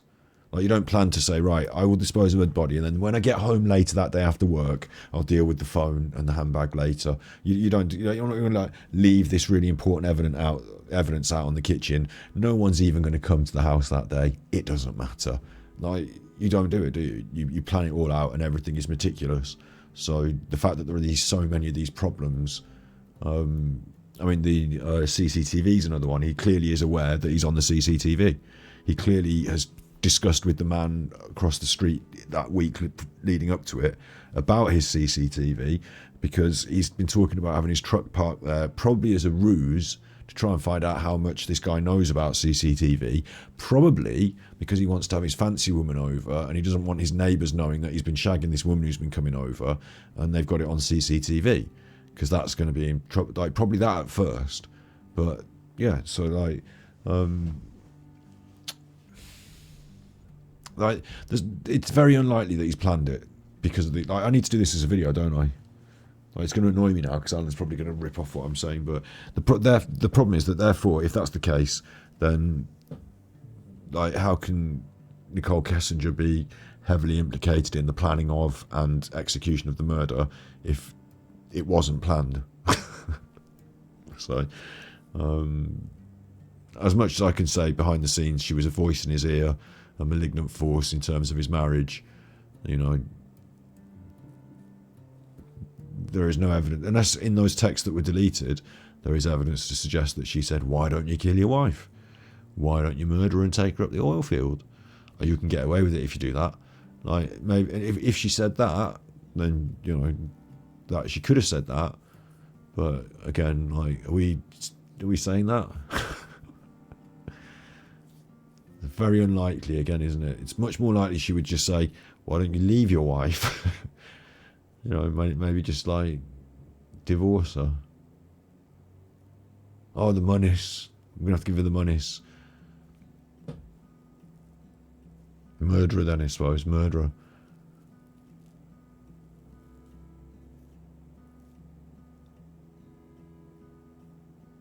What are you saying in chat? I've been talking a lot. Are you agreeing or disagreeing with me then? Because this is just my first read on it. I haven't watched as much as you have. What I have done is you're saying you discarded where he didn't have GPS. You wouldn't have buried the body deeper. Like, yeah, again, the plan. Yeah, for me, the disposal of the body screams no planning. Like, first of all, you don't connect it to the place you work. Like, that's insanity. Like, I haven't watched as much of it as everyone else, but I've watched some of the stuff by the people that have watched a lot of it. So, you know, some of these people that we've just saw in the feed earlier. Yeah. Savagery, though. Total savagery.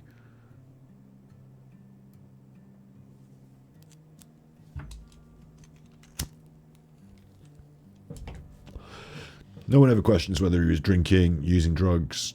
Like, when people go to the gym and get really fit, sometimes they use steroids, weight loss drugs. Like, some of that stuff can get in your system and make you feel weird. Like, I'm not saying it's an excuse for him to do it. I'm saying it's more of a pointer towards, like, you know what? I've not seen many people fly off the handle so bad that they fucking murder people. Do you know what I mean? So, like, no one questions that aspect of it, but I always do, because I've seen loads of people using all sorts of different things throughout the years. So, no, he wasn't. Bethany, what are you saying? What are you saying to me? He wasn't the brightest, but no, he was. That's the other thing. He's a very simple sort of Simon, yeah. And so his motives are very clear and straightforward. Anger,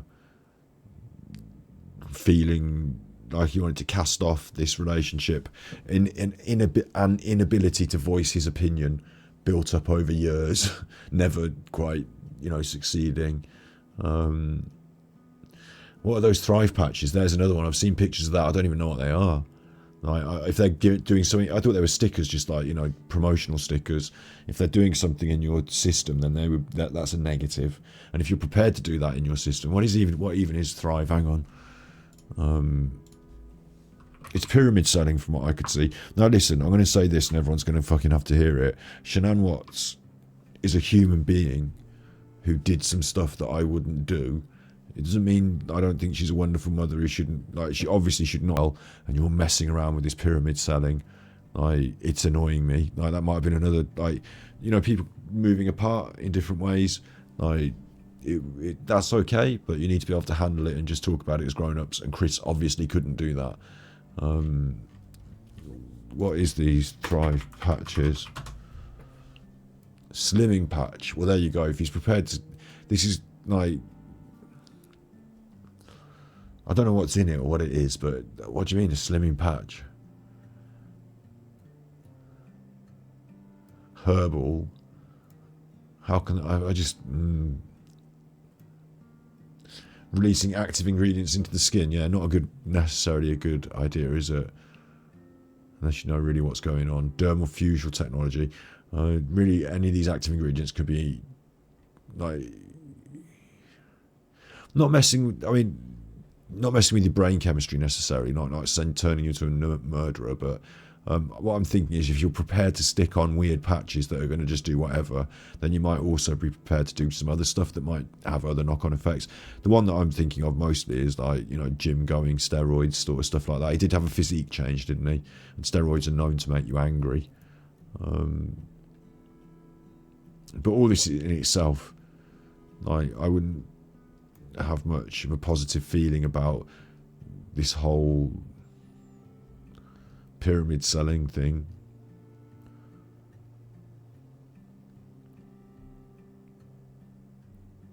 So yeah, let's get back to Alan and finish off. Like, I'm almost doing my Nichol Kessinger episode now, aren't I? But I feel like I could say my take on this at some point. What did she say on the 16th? Alan doesn't know what's going on. 16th? What did she say on the 14th?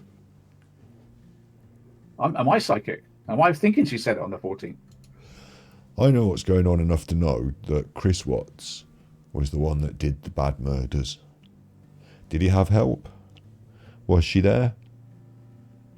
That's a different story. I guess we've just been talking about it. But was Chris Watts there? Did he do it? Yes. He's not disputing that he was there. He's not disputing it was him loading up the truck. He's not disputing he went to the oil well. They were found at that oil battery. Like, you know, Chris Watts did. And then later on he confessed to it. Oh, but he might have not been saying the exact confession, the exact way it exactly happened. Yeah, but out of all the people that definitely did it, it was him. Maybe Nichol Kessinger got away with being a part in a murder. O.J. Simpson got away with being in a murder, and he was in court with his hands up with the gloves on. And O.J. Simpson got away with it. People still talk about him to this day in different ways, but, like, you know, it's sad and it's tragic, and we want justice for, you know, the kids, but the kids got justice in a way because Chris is in prison, so that part of it they got justice for, in a way. Not, you know what I mean. But to go on and on forever again, like, I'm now being drawn into it in 2023, having, like, it's one of those things, isn't it, like Madeleine McCann or whatever, that years to come they'll still be making documentaries and people will still be saying, oh, did you not hear about this thing that happened? Oh, it was a really interesting story. People think this. My notes say that she said it on the 14th. My notes say. Anyway, we'll look into it, get the answer on that in a minute. Did you get it wrong, Alan? My notes say that she said it on the 14th. Who's writing your notes? Could this be NK psychic ability or pure coincidences? If you've hinged your whole thing on getting this, if she Right, said it so it's before, the and it's the 16th. Wait, he's hinged. Oh, there's a massive payoff here. I shouldn't have rambled on about this case. There's a massive payoff because I don't know. You know, I don't know. I haven't been following this strongly, but if he's got the dates wrong and she's not psychic, it's the other day. So she had good reason to know because she knew. That's funny as fuck. Could this be NK psychic ability or pure coincidences? Right, so it's the 16th. Proving he knew more. Proving he knew more.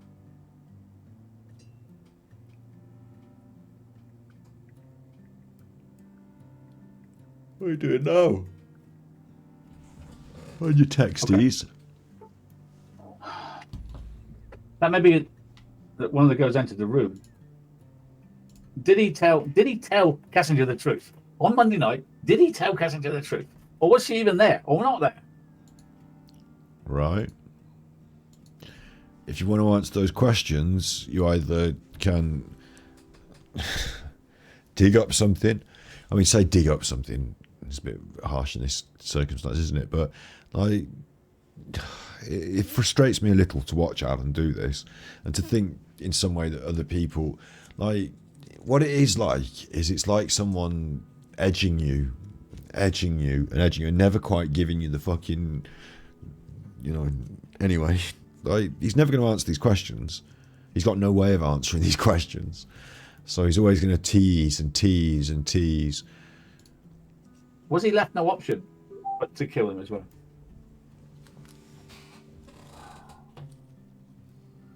So, is this NK's psychic ability or pure coincidence? She might have got it right. What do you reckon? Or did Chris Watts copy what she said? More. The girls were tragically found in these two holding tanks known as batteries. Oh God! Why did NK say?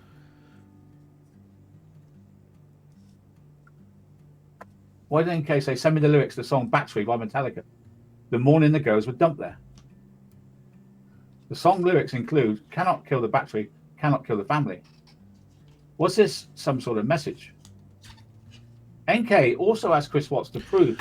I'm confused with that because I know that some talk of this song lyrics. I've seen the lyrics, the transcription. Yeah, I didn't know that she asked him to send them. Again, I'd have to confirm that because Alan gets so much stuff wrong. I can't take it as read that that's what happened.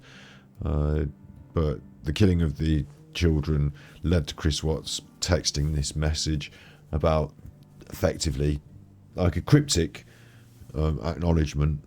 He was at Survey 319 that morning. He did so by sending her a picture of his laptop located in the front seat of a work truck. Why is she wanting proof of where he is? That's a big question. I said it earlier, didn't I? You know, why does she want proof? To me, that there's two questions, two answers to that, I suppose. The music stopped ages ago, hasn't it? I know it's still going in the background. I mean, the problem is with this is there's an innocent answer to this, isn't there? Which is, are you still with your wife, or have you gone to work like you said you were going to? You know.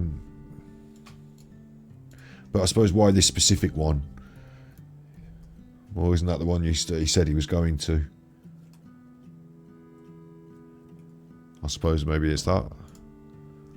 She has no reason on Monday morning to suspect him to be anything other than going to work, right? Well, going to work. If you're in with someone you're having an affair and you're like unsure at night, they've come, like, you might be worried that he's staying at home with his wife instead of going to work. She might be jealous and this sort of stuff. I don't know. Why is she on about cannot kill the battery, cannot kill the family? The sermon on the porch, I haven't heard about that myself. Wanting pictures of where he is. Why is she wanting sunflower pictures growing at the site? Why is she wanting proof of where he is? Is she psychic? Well, the problem with this again is that if you're going to implicate her in being there, then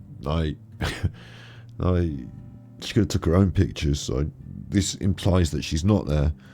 Like, for me, the reason that she wants these pictures is that, well, actually, I should hold off. I should do my own episode on it. Did she have a feeling that Chris was killing his family on Monday morning? Isn't that strange? Well, he wasn't, was he? Or was, hang on. Why did NK want him to prove he's at work? And at what time on a normal Monday morning? Coincidence? Strange anomaly? Anomaly. Or psychic powers? Was this the bombshell information? Was it the bombshell information? Let's move on to Nichol Atkinson. Bear with me a second. Dun, dun, dun, dun. Dun, dun, dun, dun. Let's call people. Let's get things going. Let's work. I'll for her not to text me at 9 a.m. That was the other thing. On the way home, she was saying that in the car, she said, it's going to really suck to get up in 3 hours. And I was like, that's only 5:30. Why are you getting up in 3 hours? And she's like, because Cece will be up, the baby. She's like, she's still in North Carolina time because they had just the week prior come back from being in North Carolina for 6 weeks. Okay. Who all was in North Carolina? Cece, Bella, and Shanann all went out. I could look on the calendar and tell you the dates. At the end of June. And then Chris went out the last week and then flew back with them. They were there.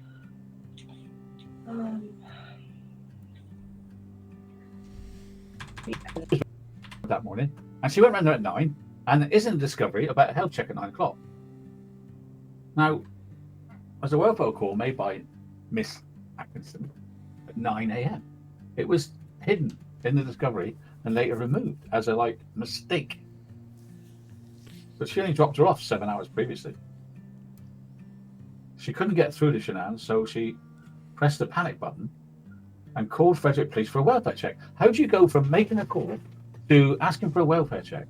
Because she was worried about Shanann, because Shanann had previously said that she was nearly fainting, and they were worried about her blood sugar levels because she might be diabetic. And so it seemed that she was unwell and overworked, and it seems natural that her friend should be concerned for her. And when she couldn't get hold of her, and when she couldn't even get in the house, and she wouldn't answer the door, she was like, hang on, what's going on here? Because someone doesn't answer the phone. Psychic.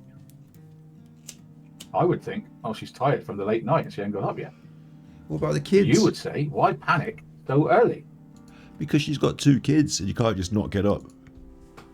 She's psychic, obviously. Atkinson had been with Had 2 kids. all weekend. This is tragic. She wasn't feeling well. Surely that would lead to your first thought to be, Shanann's having a lie-in to rest and recover from the late Do you not understand things, Alan? trip and late hours she arrived home. Is that a surprise? Would you call the police at that stage? That's the question I asked my study group on this. If she had this history, you were worried about her. You've got to trust a friend's intuition on this one, especially as she'd been murdered. Latest psychic witness. Would you call the police at 9 o'clock just because someone didn't answer the phone? You decide. What are you saying then? Are you saying that her friend, who has nothing to do with the murder, other than the one that alerted the police early doors, are you saying that she had something to do with it? That she in some way knew that she was part of the plan? Is that what you're saying? Because you're not saying it, you're asking a weird question. My answer to your question, Alan, is no. She doesn't have psychic powers. She has intuition about her friend, who had said that she was feeling unwell and had to get up at 8 o'clock. And probably other conversation about the relationship and stuff. She probably wasn't looking forward to going back and having a row with Chris, who would probably, already be in bed and be disturbed by them coming home. I don't know, Yes or no? Or what you were saying earlier about her,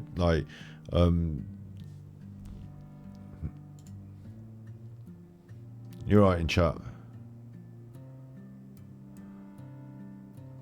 What you were saying before as well about her wanting to have a row with him because she found out about the meal that she'd had.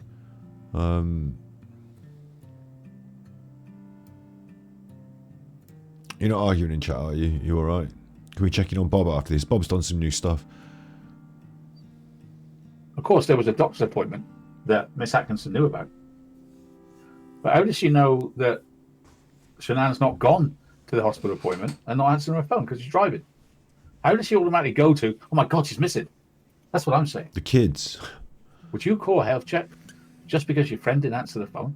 Yes. At the time, she could have been at the doctor's. That's the whole point for the health check. I don't think you would.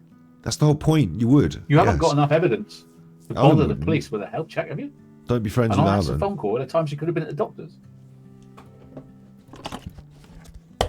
No, it's not about car, shoes at the house, is it? It's about asking for the health check. But again, how would she know? Her car, well, I suppose. It's possible, but that's what happened anyway. Let's see what happened in real life. In real life, at 1 o'clock, when she came back with the police and everything. Now Alan's going to extensively play the video again. I can't watch it again. As Nichol Atkinson phoned Sandy and said, I can't find Shanann. And she said, right, I'm going to phone the school, says Sandy. And she phones the school. What she doesn't do is phone her daughter. He does that face when he's trying to put something across. Do is phone her daughter. Like, oh, there's a point I want them to think about. Or maybe he's having his own thing because he doesn't know what to say next. But like, it's a weird like mannerism that he does. Like okay, yeah, I'm having to think about that. Like, it's like, you know, overacting the think, chewing his nails. Almost as if she knows that her daughter can't answer the phone, right? If Axon phones you and says, I can't go to Shanann, the first thing you do is phone who? The school or Shanann?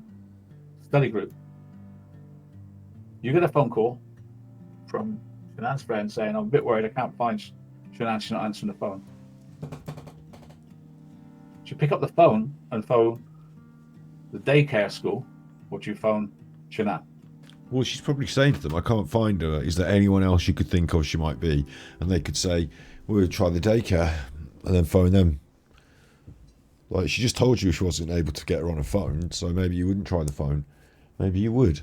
Maybe older people might be less inclined to try the mobile number and more inclined to just pick up the actual rotary phone and just call the daycare. I don't know. Like, it doesn't point to... What are you saying? The problem with Alan here is that he's like, instead of like following through and thinking it through, he's just asking a weird question. So if you follow it through though, okay, so now you're saying that Shanann's mom, this is it again, like, whoa, hang on, now we're having a pop at Shanann's mom. Like, this is such a hard watch for me, this one. I'm glad we're not doing it on the mainstream, to be honest. Shanann's mom in some way had some prior knowledge and knew to ring the school and not Shanann because Shanann was like, what are you saying? What would that mean? That she was involved, or she, like, what? Which one? I see more psychic powers here. I see she knows that Shanann's not going to answer the phone, so she tries to trace the school if the kids were dropped off. What? I see more psychic power. I assume he's talking about Shannon's mom, which might not been. He might have been talking about someone else, her friend or someone else. But like, whoever he's talking about apparently is now in on it and has got psychic powers. Not about the same psychic power that Atkinson expressed when she didn't shout out for Shanann. The woman that's 1,000 miles away doesn't shout out to Shanann. She phones the school. The mother. Who do you phone first?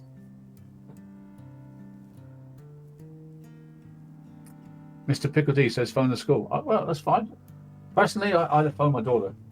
If I was worried about my daughter, I would phone my daughter. And then maybe my daughter didn't want to speak to Atkinson, but she's going to speak to me. I'm going to phone my daughter. What's going on? Okay. That's the narcissism. She wouldn't want to speak to Atkinson, but she'd speak to me. She's my daughter. She's going to have to speak to me. Well, she doesn't. She phones the school. But the point is, Alan, you have to follow it through though and think, okay, let's say she didn't. Let's say it wasn't that, you know, she let's say she would have phoned Shanann, and you're right. Why didn't she phone her? She's miles away. Shanann is dead. Why didn't she phone her? Because she knew she was dead. Okay. And what are you saying then, Alan? How did she know that?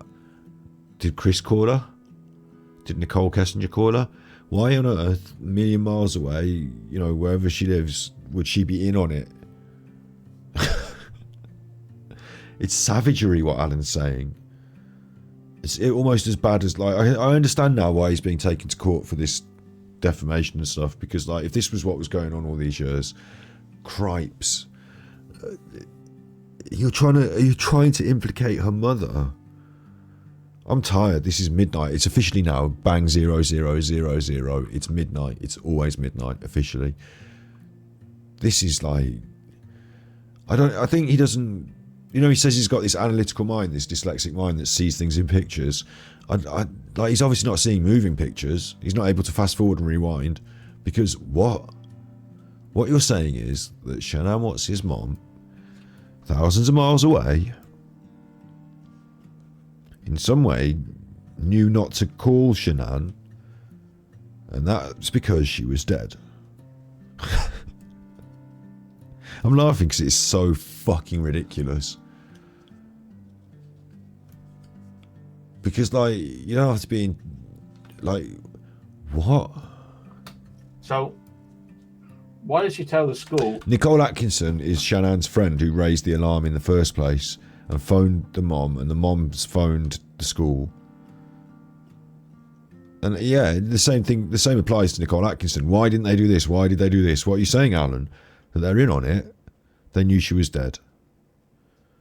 What are the options? Like, what are the options, Alan? You fucking, like, why are you saying this? Not to tell anyone she called. You're just getting frantic now. I can't find my daughter. I'm going to phone the school. The school tells you the children aren't there. And Sandy says, don't tell anyone that I called you. Why does she want to consider... Does Alan not understand domestic violence in any way, shape or form? These women are obviously worried for her well-being. And the reason they're worried for her well-being is because of Chris. And if Chris is on some sort of rampage and she's taken the kids and she's gone somewhere and he's looking for her and he phones the school and they say, oh, well, we've already just spoken to her mom and her mom doesn't know. And that's why. Is because they're being protective. They don't know she's dead. They think she might be alive and that she might be in hiding in some way and have done some sort of bunk. They're hoping, you know, hoping is a bad way to put it because you don't hope anyone to be in this situation, but they're not hoping she's dead. So they've said that don't tell anyone at the school that we're calling you in case. The only other person, who in the world would the school tell? Chris Watts. What they might as well have said is, don't tell Chris we've called you. And reason why? They're concerned about him and his behaviour. That she called the school at 8:30. Big up Siemens, don't worry, I get it. It's inappropriate to what we're talking about, but yeah, Alan's daughter, his daughter, yeah. Obviously I'm not going to do one of these sort of cases on his daughter at night. What would be the reason for that? Alan's daughter can be the Nicole Kessinger to my Chris Watts. And me and Alan's daughter can be Kessinger and Watts having wild sex 3 times a day and then going sandboarding of all things. I wouldn't have had with that. I wouldn't have put up any stock with that. I'd be like, look, I'm doing the sex, but if you want to go and do the sandboarding, go and do the fucking sandboarding. I'm not going to be there filming it. I'm not going standing up on a sand dune just to go down it so I can climb up it again. Are there any ski lifts at the sand duning? No, right, well then forget it.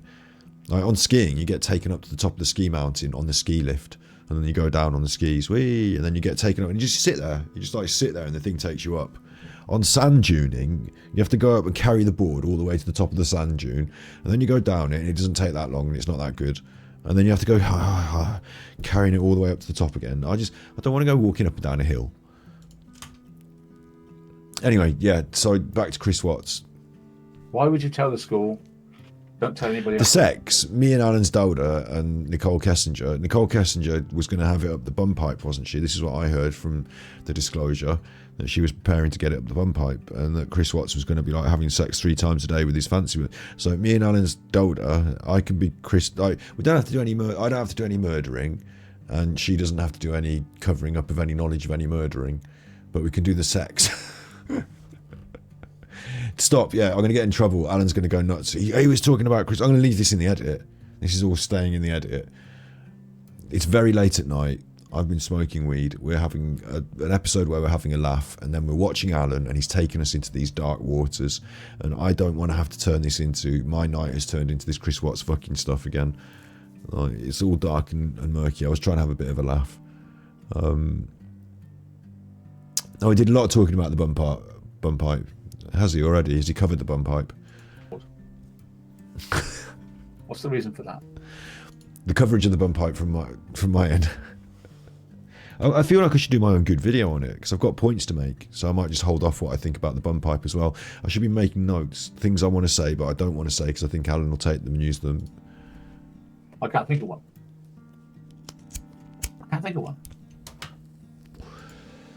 I might just have to make a little video. I don't know how long the video will be, but the video should be called Why Nicole Kessinger Was Offering... Wait, it has to be really catchy. Alan's going to steal this if I say it. I'll say it not catchy and then he can't steal it. Why was Nicole Kessinger offering Chris Watts bum sex? Truth revealed. So she calls Chris Watts, not her daughter, at 9 o'clock. Big up Stover and Donny's Still not mom. phoning Shanann, not once. Doesn't phone Shanann once. Even after the school says, the children aren't here, she then doesn't phone Shanann. Who does she phone, Chris? What? Because she's looking for her. And she's It's worried. almost as if she knows that Shanann's not speaking to her. Well, there's no point phoning her, right? Because her friends just said, I can't get her on the phone. Do you know where she is? And she's like, I'm going to phone other people that might know where she is. Chris says Shanann's in one of her moods. Evidently, she gets a lot of moods. And Chris says that Shanann told him she's taking the girls on a play date. Yeah. Play date. I've heard that, yeah. Shanann Rusek and Atkinson were in constant contact that early morning, all through the day. With Sandy being on the phone to NK prior to Chris opening the front door. Are we still going on And the about famous this? check the knives. I'm speeding Why? him up. Otherwise, my brain's going to break. We now have psychic powers expressed by Nichol Kessinger, No psychic powers. Nichol Atkinson, her son, and Shanann's mother. No. You He just also brought, gives you the I gem. can't believe you just brought Shanann's mother into this in this way. I can't believe you've just said on the internet that Shanann's mother has had psychic powers, the implication being that she in some way knew her daughter had been murdered, but instead of revealing that to the police, rang the school and pretended to not know. Like, that is the most awful. Like, I understand now why people take this seriously and hate him, and like, you know, I was going on about him because he stole content off me and he's a chuffer and everything. I find out he's weird and he's a chuffer. But the reason the Ruseks are doing the court case and stuff, like, if anyone wanted their money back and all that, like, more power to Frankie. Do as much as he can, I think. Like, I don't know, again, I don't know much about Frankie and his story and his life and anything, but like, geez, like, this is like, and the logical premise of it doesn't even fit. We've got to finish this now. We've started. I Sorry. think my grandchildren are in oil. Where does she get that one from? Why does Sandy say He works at fucking oil. my daughters are in oil? She had seen the girls covered in oil in a dream. She's right. More psychic.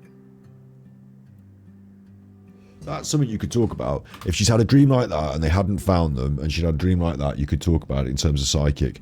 But I would say it's more intuition coming out in a dream based on activity and fact. Now you add all this together, and where are you going? Where are you going, I'm not Alan? going to go anywhere because I'm not going to be told off. Oh, here I'm we just go. telling you what there is out there. A minute ago at the start of the episode, he was Mr. Billy Big Bollocks. I can talk about what I want. But now Alan's saying, I'm not going to go anywhere because otherwise they'll tell me off. Sign up to Patreon, you might hear more. Like, it's just ridiculous. You've opened a sort of strange can of worms conjecture and you won't solve it and say anything. You're a coward. You've edged everyone on. Oh, why do you think this? And why do you think this? And maybe this, and what do you think about this? And then when they, and what? And I won't tell you. I haven't got. It's like watching fucking Game of Thrones, isn't it, or some shit? Come back next week for next week's episode. Like, what? I just want to know now what's going on with this fucking thing. No, come back. We're going to do a teaser thing at the end of today's episode, and then you're going to come back next week to see the resolution of that. How about that? No, not now. Not while the action's going. Don't end the episode now. I want to see what's happening. Keep going. You know, what are you on about? In the discovery. Good you night, must decide Beth. what you think about it. Maybe she didn't want the school to say that she phones and Chris phones. Maybe Well, that's the logical course. explanation. Of course. And you saw on Dr. Phil portraying psychic powers about Shanann and the grandchildren coming to her after they're no longer with us. So there's a lot of psychic powers going on, right? That just leaves one person. Her father, her favourite. She liked her dad, Frank Russo. Daddy's girl. After, in the context of everything that's gone on,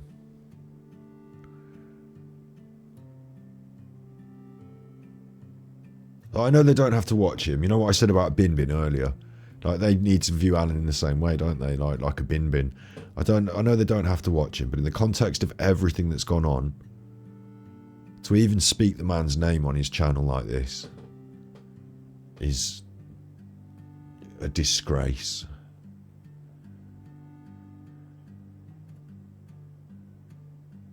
The narcissist, he just wants the attention at this point, doesn't he? Wow. Which is fine. I appreciate that. And he said Chris was a great guy, fantastic to her, and all that, right? But in this interview, he becomes psychic as well. Check Chris Watts' GPS, says Frank, and you will find my family, says Frank. Meaning, I think he's done something with them. How does he know Chris has put his family in the truck and driven them to Survey, and that's where they are? How does he know that? Wherever he went is wherever he's put them. Everyone is psychic. No one has a bad word to say about Chris before this date. Afterwards, they all have. The Thrive girls are all suspicious of Chris. Why? He did it. Why couldn't she just been abducted or gone for a walk or whatever? Why is it he's murdered them all? I mean, that's like some scenario that straight away he's murdered them all. Because he acted really weird. He did that interview. He was on the body cam. Like, everyone saw him acting really weird. Everything adds up towards he did it. He's on the the CCTV on the day the guy was watching it and saying to the police, I think he acting really weird. And they're all connected. But it all goes back to Mr. Rourke saying, we had a phone call from someone called Nichol Kessinger, and she had bombshell information. So you do know now why I can't do this every time Alan does an episode. Like I don't know how I got drawn down this road on the B-side stream, on the Twitch stream story tonight. I don't know how we got drawn down this road, but like this is the lowest of the low. Like bit by bit, it's quite easy to analyse and break down, but at this bitter end is savagery. Like you don't need me to tell you why this is bad. The bombshell information was too accurate for her not to be there. And it's at 1.5 speed, and he still won't hurry up. This is Kessinger. Chris was doing that. Hang on, at this point, we've watched an hour. Okay, at this point, we've watched an hour and 45. My guess is it runs to 2 hours, does it? Or does he can't quite squeeze out the 2 hours? Like, it feels like he's filling time here now at the end. Mum. Red fan, and again with the tear sub. I spotted this one. And he thought, thank you. I'm going to have to get rid of these too. Thank you. Michelle picked up a Everything tear stems sub from that one sentence, in my opinion. What do you think? What do I think, Alan? I think you strung something out of nothing here for another episode. Do you see in the most gratuitous, horrible way, about the most troubling. Like, for me, watching videos about it last week made me feel unhappy and uncomfortable in the worst way. Like I said at the start of the episode, like horror movies or gore movies or bad movies or whatever, like in the worst way. And for you, it's a means to an end for another episode on your show. Not good. Holding out hope that the children of Shanann are alive from this close circle. Do you see anybody holding on to hope? I thought we lived on hope. I thought without hope we have nothing. And yet they also have a lot of fear. Sandy thinks her girls are in oil. Frank thinks the family at the end of a journey in Chris's car. Her friend doesn't even bother to shout her name when she gets in the house. And NK is like some sort of mystic mag, getting it all right when she got everything else wrong. But that's right. She gets that right, but everything else wrong. A bit like you, Alan. Getting everything wrong, isn't it? I don't know what to make of all this. You don't know what to make of it? Are you not going to make a point about it? They do know something, right? Obviously, I know a lot more than I can say. You know that. Apparently you know more than you're going to say, which is ridiculous. I know people that have been close to Chris, and I know what he said to them. Why don't you tell us? Love is a 4-letter word. It is. Nice hair. Sending love from Palo Alto, California. Keep pressing them, AD. 2 tears in a bucket. Mother F it. Nice. Thanks for the super chat, lady. She's got nice hair. Nice. Hasn't she, Alan? She's wearing a hat. Thanks for the super chat, lady. So, there's something spooky here in there. I'm trying to get my head around it. And I have been for 5 years. And I've come back round to you because I feel we can talk easier now than we could years gone by. I think we can. Except tonight, you refuse to actually be drawn on and talk about your actual perspectives on it. Like, you cast aspersions, but you didn't. You said I'm free to talk now. I feel I can do whatever I want now. You know, join me, Armchair Detective. I'll talk. Except when it got to the bit at the end, which was like, right, answering these questions would mean that I follow this through to its logical conclusion, which would mean that I'm casting aspersions on the character of Shanann's mother. So I'm not going to do that. And yeah, anyway, time to end the episode. I think in the past years, we had to hold up Shanann as a saint. We had to hold up Sandy as a saint. We had to hold up. What?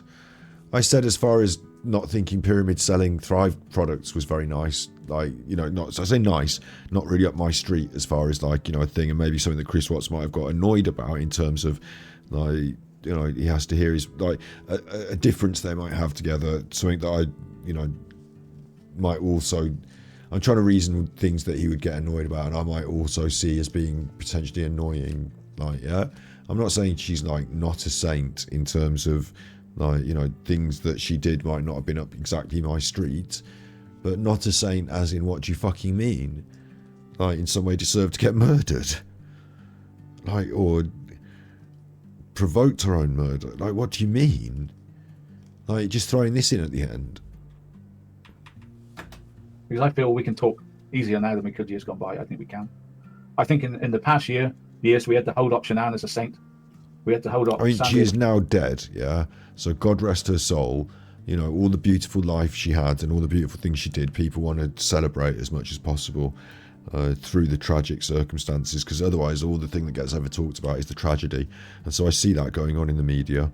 I understand the process of sanctification, you know, legitimately, the process of sanctification is religious, isn't it? And it has to come through devotion to Christ and through the Catholic Church and through work within it.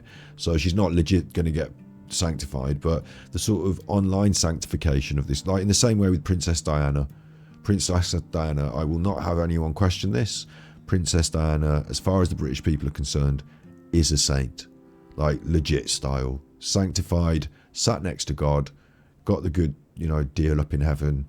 Saint Diana. I don't think anyone would question me if I said that. I think a lot of British people would say, yeah, I'd agree with that. That sounds right. That sounds about right. You don't have to have the Pope there to put a thing on a thing. The British people have decided Diana sanctified.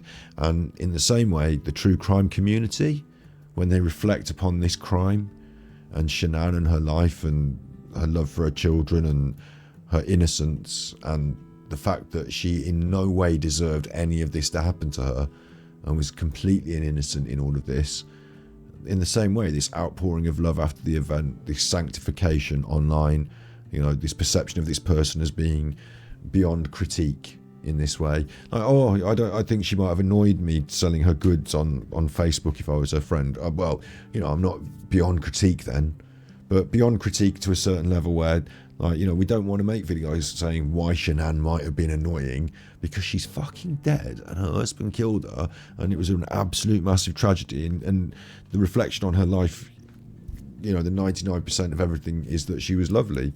So, like, sanctified by the true crime community, I would say, yeah.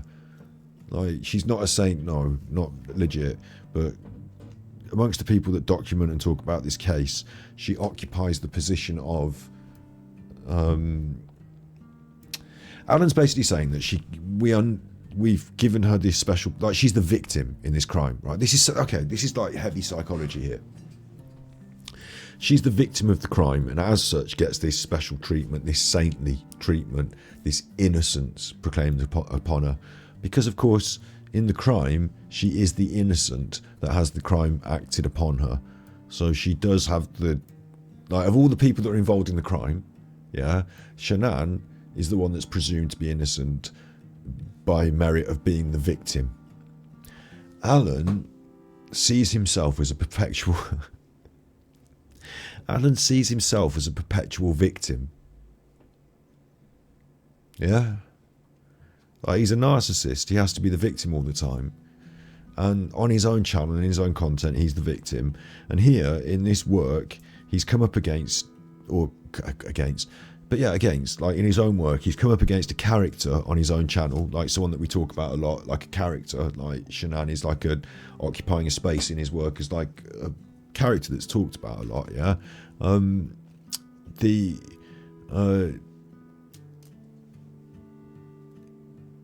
the character of Shanann occupies this saintly position within the true crime community, the innocent, the tragic, lovely person that had, in heaven in the same way with Diana, like this love, we see her as gaining this like special status. She was like lovely, yeah. So and Alan doesn't like that because that makes her like the super victim, like the innocent, the perfect, the wonderful. And I think honestly, I think in some way in Alan's psyche, he opts to try and tarnish her in some way. She, like this woman, this wonderful woman who everyone loves, who everyone thinks is brilliant, who is literally the victim, and I'm here on my show and I'm Super Alan and I'm the victim and everything's about me. I think I might like the process that Alan has exhibited. I'm on one tonight. I'll tell you what, I'm on one tonight. The process that Alan has exhibited for attacking people in public has been, in the main, to demean them. Won't ever get their name right. Well, he says that because he doesn't want to promote their shows. No, it's because he wants them to feel like they're not even special enough to have their name said right. To demean them, to make them feel small. And Alan, he wants to slander people's characters. He can't affect, people tell the truth, and Alan knows the truth is the truth, so he can't counter you on the logical argument of the things that you're saying. So instead, he wants to make you seem like a bad chuffer, or a strange chuffer, or a mentally ill chuffer, or look at this bad man, and he can't clarify and make a good point about the things that you're saying about him and his content. So instead he's like, oh look, there he is with his trousers down with those girls, and he's on his holidays and he met a load of girls and he took his trousers down, had his photo taken with them, and he's a bad chuffer, and he did this putting the willy in my mouth. He tries to slur and slander me, so it makes me seem like I'm a bad chuffer. I'm talking about me here, but the same way, this is now applied to Shanann, of all people, is in some way opening up a question. She's not a saint. Oh, well, what's she done wrong to make her? If she's not done anything wrong, she's a saint. And if she has done something wrong, she's of course not a saint. And you're saying she's not by merit of being human and making the odd mistake. And in my opinion, the one thing about this whole thing that I thought I didn't vibe with her was these strange patches and this pyramid selling this product stuff. But in everything else, I don't think, I don't think that's grounds for murder either. So, but in everything else, to the way she's been sanctified by the people online in their video. The same way with Nicola Bully as well. They make all Alan does it in his content. He sanctifies Nicola Bully by making these montages and the music and innocent, wonderful Nicola and this poor tragic figure that's been murdered. And nobody in black and white is a saint, but Nicola Bully the same thing. Nicola Bully wasn't kicking off at home and causing loads of trouble because she was some bad chuffer. Sometimes they would have arguments because of these problems within their relationship that essentially stemmed from not her being a bad chuffer, and these innocent people that get caught up in this nonsense. The innocent, the victim. Alan's you're not the innocent and the victim. In this context, you're not a saint. You're not the innocent and the victim. You're not the innocent here. In some way you deserve this to have happened to you. That's victim shaming, and I believe the reason he's doing it is because she occupies a position within this pantomime that he creates in his head while he's talking about these characters that Alan thinks is the position that he should occupy, if anything. The innocent, the saint. That's Alan. Alan's the innocent and the saint, so you can't be that. So let's knock you down a peg or two. Even if you're the victim of these tragic murders, one murder, you can't be the victim of multiple murders, can you? But even if you're the victim of this tragic murder, I find it this is narcissism twisting someone to say the most abhorrent things.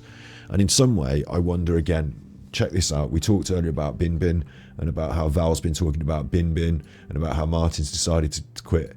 Is Alan now thinking that he's not getting enough attention? I was thinking, is Alan thinking he can say whatever he wants without recrimination? No. Is Alan thinking he's not getting enough attention, that he thinks he has to have a pop at Shanann Watt's mother in order to stir up some ire? Because this week they're talking about Bin Bin. What is this? What is this move? What? I am right, aren't I? He did just throw shade at Shanann Watt's his mother. And sorry, not just her mother. Sorry, again, like my brain just tripped out on me. At Shanann Watts herself. He just threw shade at Shanann and said she's not an innocent. What? How to make friends and influence people. Number 1, malign famous innocents in tragic crimes as part of your coverage as an armchair detective. Armchair detective in itself is a negative. Like, people say that as like a pejorative. What the fuck's going on in my life? I was just playing Genshin Impact earlier. I was playing Unpacking. I was having fun. Now it's this. I feel like I'm living in a Twilight Zone where this man on the internet just said this horrible thing about this woman who was murdered. The saint, we had to hold up Nichol easier now than we could years gone by. I think we can. I think in the past years we had to hold up Shanann as a saint. We had to hold up Sandy as a saint. We had to hold up Nichol as a hero. And we had to demonize Chris's parents, especially his mother, Cindy. We don't need to demonize Chris because he is a demon. He's where he should be. We didn't have to demonize Chris's parents. I don't think anyone suggested that. People might be a bit eggy about her probably quite old school and ignorant attitude towards peanuts that made Shanann feel quite upset, and that caused a rift within the relationship that, you know, spills over, doesn't it? How you and my mom and the in-laws and this and that. But I don't remember anyone suggesting we demonise Chris Watts' parents. Just slip that one in there as well. And we had to demonize Chris's parents, especially his mother, Cindy. We don't need to demonize Chris because he is a demon. He's where he should be, and he will be. I'm not here to apologize for Chris Watt. I'm here trying to discover what the hell was going on. Of course you're not here to apologise for Chris Watts. That would be a fucking weird thing to do. Like, it seems weird to have even brought up the concept, to be honest.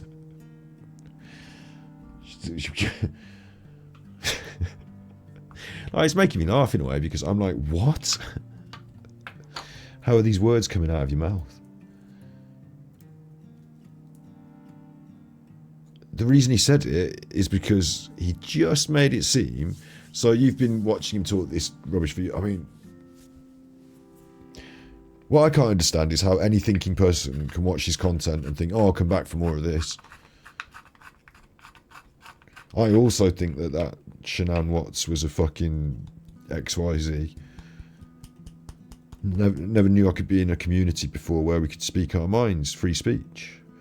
Yes, I think Shanann Watts had it coming. What was she doing, the silly... You know what? I'm not even going to say the words because I feel really bad, like, even making jokes about it. Like, who's listening to this and thinking that? Like, thinking, yes, this man's on the moneys. I'm glad that this armchair detective is out there to cast aspersions about victims of horrific crimes. Why did Chris agree to take the rap for everyone? Well, when you say everyone, you either mean himself and his accomplice, Nichol Kessinger, or you mean who else? Like, why won't you say it explicitly? For Nichol, you mean? And in what context and in what way? Like, you can't just say these things, like, for everyone. Like, and also, Alan speaks... This is another thing that really, like, you know, at the end of all of this, I have to keep reminding everyone, is that Alan speaks in these hyperbolic, scripted, theatrical ways. Like, not in the good theatrical, like Fit of Crime, Walkie Talkie, but in the, like, because it's someone who understands theatre, but, like, in the ways that Alan has sort of learned how to behave in dramatic ways off the telly. Like, it's almost like someone doing a bad soap opera. You know, he's like performing these like dramatic, like a child would, you know, and, you know, Alan talks therefore in, what are they called, where you say things that everyone else says. Not stereotypes, there's a word for it. Fuck, how come my brain can't find that word? You know it in chat, don't you? Where you say a word and everyone talks in cliches. That's the word, Nigel. See, so Nigel's always it's like Navi in Zelda. Cliches is exactly the right word, Nigel. Yeah. Alan talks in cliches, and you'll catch him doing it, and you'll feel like you're watching an episode of The Little Mermaid, or Gone with the Wind, or I don't know, a war film, or depending on the context and depending on the mood, you'll feel like Alan is like picking up this language that to some people, I suppose, might sound like he's quite an eloquent speaker, but to others you notice that, oh, hang on, doesn't that sound like a bit like this sort of thing that you might see in these films? The other way I relate it to is like wrestlers doing the wrestling promos, and how, I don't know, you might see younger people or some boxers or people like acting like they're doing a wrestling promo, and like, people don't really talk like that before they fight, but like Alan, it's this bravado, this this extra, and it turns to cliche. So yeah, he's doing that. What's Rourke's place in this? Why did Rourke? You're tweeting me things now that you want me to look at. What's happening now? How did you make this happen? We'll look at that in just a second. We definitely will. We need to finish this. Go to Shanann's parents for quite a few days. Was it in his interest to save a lot of money to get them to agree to a plea deal? Because then they could save, I don't know, millions of pounds, right? And time. He warned them that if we go for the death penalty, it might be 10 years of messing about in courts. I don't think that the police and the district attorney say to the people who are related to the victims of a crime. I mean, they're related to the victims, aren't they? They also count as victims in a way, don't they? But depending on the context of the law, I don't think they go to them and they say, listen, we're the district attorney working on behalf of the police. We would like you to tell me whether you want to accept. I suppose they could, couldn't they, accept a plea deal? I would have thought they would have said, this is what we are going to do as the district attorney, and you as family of murder victim, look forward to swift justice. I'm a bit confused. I don't know the American, I don't know how the American crime system works. What those people, who is the plaintiff and, whatever. But if it was the state versus Chris Watts, then the state doesn't have to question. Am I right in saying this? I don't know. It's a question I have rather than an answer. I'm doing an Alan. If you don't take the plea deal, you might end up this, that, the other. You might end up in the Colorado prison, and they'd probably kill you. And it's loads of ways that Mr. Rourke could have brought this down to a plea deal, like he does most of his cases. He wanted a plea deal. NK gave him the reasons. He didn't really have a watertight case, did he? But Chris Watt. There is this other, like I said earlier, the big question: did she go in there and give him the ammunition to say, have this as a plea deal in her own way to get herself off? So that's for a lawyer. Before he took the polygraph, would this have played out as it did? No. That you just said you weren't going to apologise for Chris Watts, but now you're saying that in some way he shouldn't have confessed and been in prison for this. Not getting a lawyer. That's the craziest thing ever.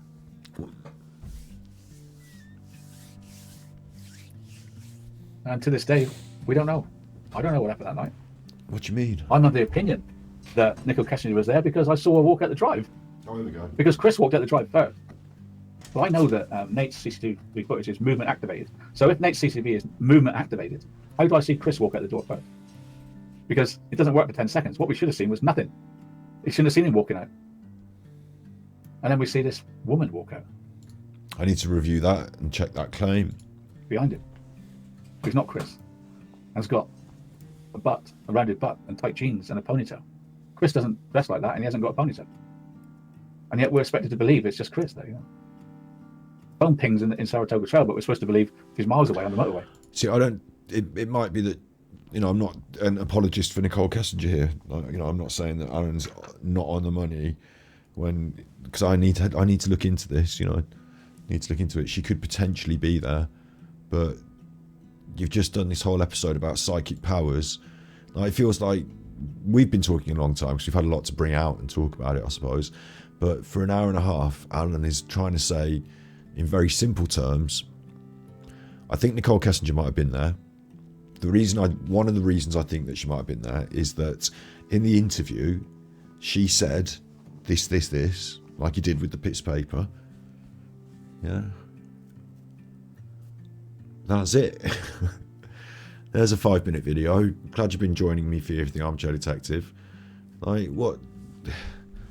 How has he managed to drag this out? A GPS would put her right where she is, but they don't tell us the GPS. Betty tells me personally in an email that They didn't take the GPS out of the phone. there was a grey truck there till midday. Why didn't Atkinson see the grey truck parked outside when she was there at 9? Why don't the police show us Nate's CCTV from 9?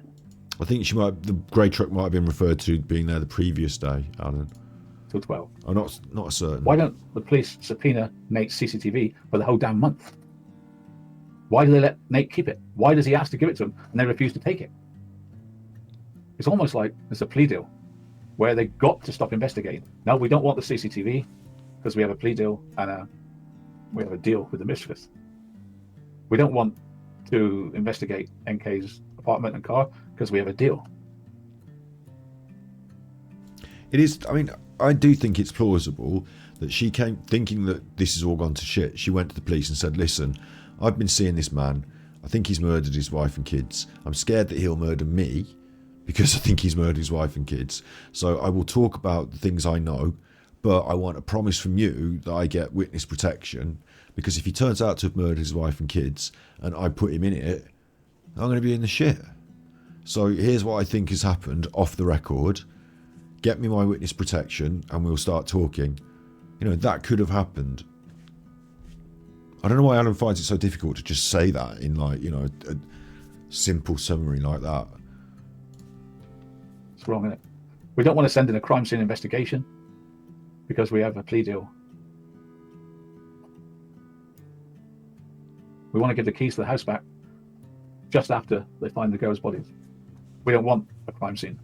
Here you are, defence, you have it. My God, weren't the police shocked when there was a knock on the door and they go in and they see Eckenbroom and all his friends doing DNA, and they're saying, this is a crime scene, what are you doing here? This is a crime scene, what are you doing? Oh, we've got the keys because it's not a crime scene anymore. Thanks, Kelly. Really appreciate that. That's amazing. How's the defence got the crime scene 4 days after the murder? The defence have got the crime scene. They're in the crime scene 4 days after the murder. How can you have a murder of 4 people and you've done everything in 4 days? Autopsies, crime scene cleared, all over. Stop the clock. Everybody go home. There's no investigation. There's no, like, it's like Chris says, FBI are not allowed to accept a guilty plea by Chris Watts. FBI are not allowed to accept Chris just saying, I did it, without how you did it, why'd you do it, when'd you do it, where'd you do it. FBI don't accept that confession. How's it accepted in 3 words? Guilty, guilty, guilty. He could be a madman making it up. You all say that Chris Watts is a liar. Then how can you believe it's like, I'm guilty, I'm guilty, I'm guilty, without checking it out? He might be covering for somebody, mightn't he? Well, you're never going to know. And the reason you're never going to know is because there's no investigation. And when I'm told it was a flawless investigation by I understand this point. We've talked about it before. the parents, I almost choked on my coffee. His mic would be so much better if you're just talking to the fucking thing. It's the exact opposite of a flawless investigation. It's a flawed investigation. Brilliant, Alan. In fact, it's not even an investigation. It's a stitch-up. I don't know what Chris done. I don't know what he didn't do. I don't know if he's insane. I don't know if he's, like, not insane. I don't know what he is because he wasn't evaluated. Wonderful conclusion. How can you be found guilty of 4 people and sent to prison for all your days without an evaluation? Why wasn't he interviewed by a psychiatrist who would have cajoled out of him what really happened?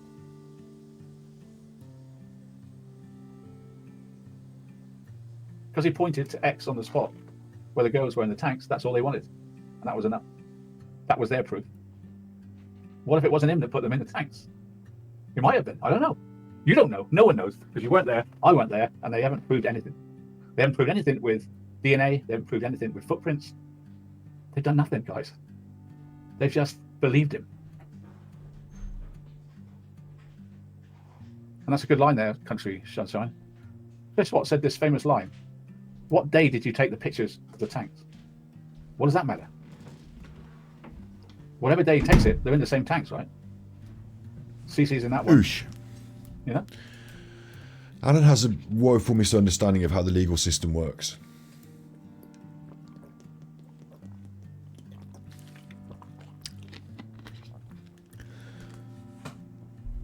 Like, you don't have to have the smoking gun. Like, I mean, earlier I referenced O.J. Simpson, yeah? In the O.J. Simpson trial, you had a lot of evidence that looked like it was adding up to the fucking he did it. And they said he didn't do it. That was weird, wasn't it? But in other cases, you have a lot of other evidence that stacks up to say someone did it, and they look and they say they did do it. And sometimes you don't have like a video of them doing it. Or like you have the evidence that surrounds, that points towards the fact that they did it. You know? Yeah. And it's that, like, we didn't have a trial with Chris because he pled guilty, didn't he? So, like, we didn't have all that, like, produced. We had the discovery of this evidence that was collected, but we didn't have them arrange it into an argument for a trial. But, you know what I mean? Like, what Alan's basically saying is, China doesn't exist because I haven't been there. Until I've been there and set foot on the ground and had my fried rice, trying to be racial, but then I'm pretending to be Alan, so just eggy, careful eggy. But until I've been to China, you know, had my fried rice, seen the Great Wall, I don't know that it really exists. They're just telling me it exists. I've just seen lots of supportive evidence for the fact that it exists. I've just seen, you know, some stuff. I've seen some Chinese people, I've seen some documentaries on telly. You know, but until I've actually set foot there, you can't prove to me it exists. No, Alan, that's right. But the whole point of the law is so that we don't have to all fucking go to China every time. You can say, this is the case. This is all the evidence I have to support it. What do you think, Mr. or Mrs.? More importantly these days, person of non-denominative gendered. What do you think, judge? And the judge or jury of your peers can make up their fucking mind and have the case sorted. And then later on, if you have some other evidence you want to bring up at appeal, by all means. But then we've done it. And that's that, isn't it? Like, I mean, it's like this woeful, like, what is he suggesting? That we should retry Chris Watts under the premise that he pled guilty and there was lots of supportive evidence to prove his guilt. And he's confessed to it and explained it. Like, we should put that aside for a moment and assume that there could also be someone else. Like, maybe like O.J. Simpson, if he doesn't fit, then you must acquit. Yeah. That rhyme really helped, didn't it? And also the background to that was that there was racial problems in the country and Rodney King had got beaten to death and the people in the area wanted to get one back for racial equality of a certain, like, there was some other tensions behind the scenes, weren't there, going on? It wasn't just all straight up and up. Like, anyway, look, I saw the documentaries. Anyway, the point is, right, that Alan was asserting essentially that unless you can fundamentally prove to me by showing me like this video, or, you know, it's not enough proof. It is enough proof. That's why he's in fucking prison. They didn't have enough proof like that on Nichol Kessinger. The question is, did she do her own plea deal? Did she come forward and, you know, say, listen, I'll poke my little finger towards Chris Watts because he's killed but I want protection? Did she do that? And if she did that, which I think she kind of did because she got a protected witness status, so that points towards that. Would they be happy with letting a murderer walk free if she was involved? Can you prove her involvement? All that business. I suppose that's a murky world, isn't it? That's like the McCanns. We said it all earlier. I'm going round in circles because Alan's taking me round in circles. Fuck this bollocks. Why does he bother what day the picture is? That's weird, because it's not relevant, is it? The day it is not relevant because they're either in the tanks or they're not.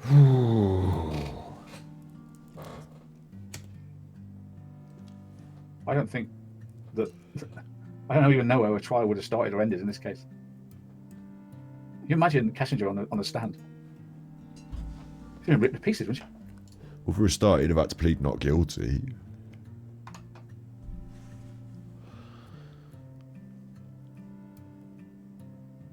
At no point during this entire episode has Alan shared any thought towards like the beauty and tragedy of the case.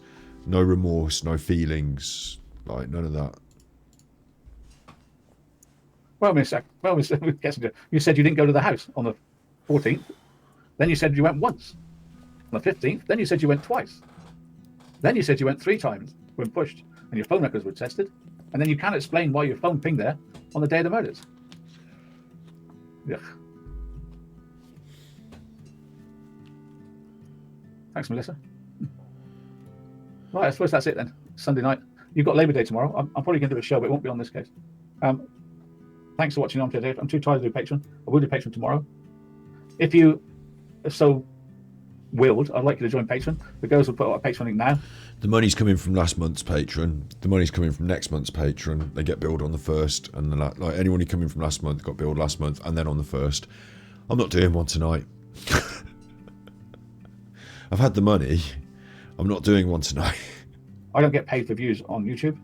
I just get the super chat, which is fine, but I used to get paid from the views. I don't get paid for views. Okay, he's changed the exact language of that now. He obviously watches what we say, so he must learn from what I teach him. Alan, you learn from what I teach you. Fair enough. It's fair enough, isn't it, Alan, to learn from what I teach you? It must be enjoyable, though, mustn't it, for you, to know in your heart of hearts that you're learning from what I'm teaching you. That must be enjoyable for you, mustn't it? You big narcissistic wanker. So you still haven't learned to put the microphone, but if you'd learn this would really, everyone would appreciate it. If you're talking to the microphone, have it in front of you. Do some tests. Do some sound tests. Get one of the spanners on, move it around and say, is it better here? And then do a little bit of talking and reading, move it around, get them to check, get them to say. It will turn out that right in front of you is probably better. But it must annoy you that you're learning from me. But yeah, you've changed them. It's now I'm not monetarized. It's now obviously I am monetized. My channel is monetized. My videos are monetizable if I can get them through the system. But I don't manage to get monetization on them because I talk about all this random shit and like might even be in bad standing. So I can still use the YouTube monetization system to receive super chats. Please give me extra money behind the scenes on my Patreon or in what other means, because as a YouTuber, I in some way have managed to talk myself into a situation where I can't monetize my own content and make normal money off YouTube like normal people. Please give me extra. That's a bit unfair, Alan, because it's up to you as the media producer on YouTube to be responsible and be out. Like, if your content is not deemed suitable for YouTube monetization, maybe do some content that is and stop fucking moaning about it. I just find if you don't want to do it, that is fine. Actually, some people do put a little disclaimer, like sometimes like some of the big crime channels say, listen, what we're talking about tonight is not suitable for YouTube monetization. So I would appreciate it if you'd support the content. Like this, everything I've just done today, when you put this on YouTube, it will probably not be deemed suitable for monetization. And I would say the same thing if you liked it, even though this is not live, you're watching this probably as a preview, or not a preview, a premiere or a video or whatever. You can still do a tippy and I still appreciate it. Thank you. But other than that, it is part of the grift here. Yeah, Alan, like trying to put the guilt on the audience that it's their fault he's chosen to cover this topic, or in some way he's not able to speak the truth and, you know, help the man who's being silenced by giving him money, where he's actually just talked himself into a situation where his content is not monetizable. Appreciate it if you've got time to join Patreon. There's over 300 videos in there. You can watch the past and you can meet me and talk to me in there. Not tonight, but other nights. So yeah, join Patreon if you can. If you can't, that's fine. Thanks for listening. And like I said, I feel the dam is about to burst on Kessinger. But the trouble is, think about this. If she has a deal, they're never going to tell us. They're going to protect that witness. So now he literally just said, I think the dam's about to burst, but think about this. They're never going to tell us. So now the dam's not about to burst. It's really rock solid and they're never going to reveal. It's like conspiracy theories, isn't it? It's like, did they land on the moon and this and that? Oh, you'll never know this and that about Roswell. And like, it feels really conspiratorial to say, I think that we're about to get all this inside information about Nichol. There is inside information that we don't know about Nichol Kessinger that we understand existed. Her sequence of texts between her and Chris, the lifestyle of the sex cult, her opinions on whether Shanann should be murdered. But we're not going to get those, are we? And unless she herself now comes forward and speaks, unless some other person was party to those very private thoughts, because you say yourself you don't believe Chris Watts, maybe not even he can provide this, maybe only she can, and at this stage, would you even believe her? You don't believe her in what she has said. So I think we go around again, so that's where it gets left. Unless you want to make 6 more years worth of YouTube content saying just that over and over again. They're going to protect that deal at all costs. So the chances of us getting out of this is remote, unless we can break the dam. But I'll tell you what, unlike the other YouTubers, today you said that Shanann Watt's mother was like in some way potentially had prior knowledge of this event, and also you said that Shanann Watts herself is no angel, or no saint, sorry, no saint. She is literally an angel now, so I said that wrong, but please, you know, believe me when I'm talking out of turn, and you know, it's very late at night and I'm not trying to make jokes there. I understand the significance of the pun, but I'm not laughing. Yeah, I just, Alan's content is dire. I think we need a different DA. Or someone cracks and tells us the truth. One of those Thrive girls tells us, well, they don't. But I will tell you this exclusive. I'm putting together a Now the Thrive girls know something. game changer for next week. Believe it or not, after 5 years, I found a new bit of evidence. So this is what I mean. I'm putting together a game changer for next week. Are you? Because you would have found a new bit of evidence. You're not going to talk about it now. Let's tease you for next week. Tease you for next week. And by the time it gets to next week, it turns out to not be anything major, but it doesn't matter because he's got something else to teach you. Are you sure, Alan, that you sat on your ass? Not even you sat on your ass looking at it. These people in your spanners group, between them, have come up with some special piece of evidence that's going to change the thing. I mean, I look forward to it, I guess, but this has not been anything worth... You know, you can't... It's like one of these boxing matches where it's rubbish, and everyone goes, oh, this has been rubbish, I want my money back. And they say, yeah, but come back next time for the rematch where it's going to be much, much better. No, are you sure it's going to be much, much better? Oh, yes, I tell you what, this next boxing match is going to be much, much better. Don't worry, that last one you watched that you paid all that money for, that wasn't that good. But the next one's going to be much, much... Oh, he's going to punch his head right off in the next one. Are you sure? Yeah. And then you like pay for the pay-per-view next time, and like they're hugging each other all night, and one of them does but they're hugging each other and nothing really... I paid money for this pay-per-view. It wasn't all it was cracked up to be. Are you sure? We won't talk about it for a little bit, but we'll be back in your ear in a few weeks to tell you how great our next pay-per-view is, and it's going to be much, much better than the last one. Like, thanks, Alan. Never-ending drip feed of nothing. That a breakup was agreed that night. Have you done that, AD? Wait and see. Proof of the breakup was agreed that night.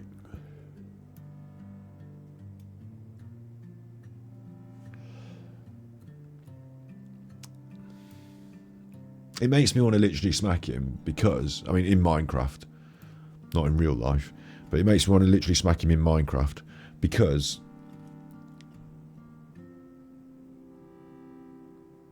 the whole fucking premise was that she said in Chris's admission, he'd been sleeping in the basement, she'd come back, they'd had the row, she wanted to keep the kids, she knew he was fucking about, she got intuition, she's speaking to her friends, she got this receipt, they've been having the row, she said she was going to keep the kids. Like, of course there was going to be a fucking breakup. You're not breaking the news here, Alan. Right, that's the reason he fucking murdered her. I think I can prove that Chris was moving out that Monday. Moving out?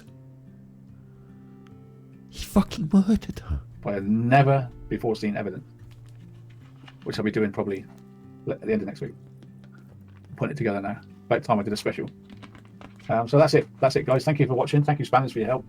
And we'll see you all tomorrow. Is it Labor Day tomorrow? I'm not sure. I'm not very up on the American thing. I think it's Labor Day, isn't it? Is that right? Please stop talking. Good night, everyone. Thank you. Particularly horrific. Whoa. Like, you need to have a shower now, don't you, after all that? Fucking bad stuff. Good night to everyone in chat. It is getting late now, I'd appreciate it. In my room, my computer's giving off heat and it's making me feel a bit stuffy, but I'm alright for a bit, I think.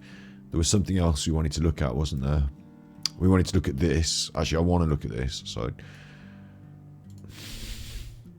What are you trying to do, If this goes well, let me hear it first. What are you trying to do? bitch. How's this gonna work?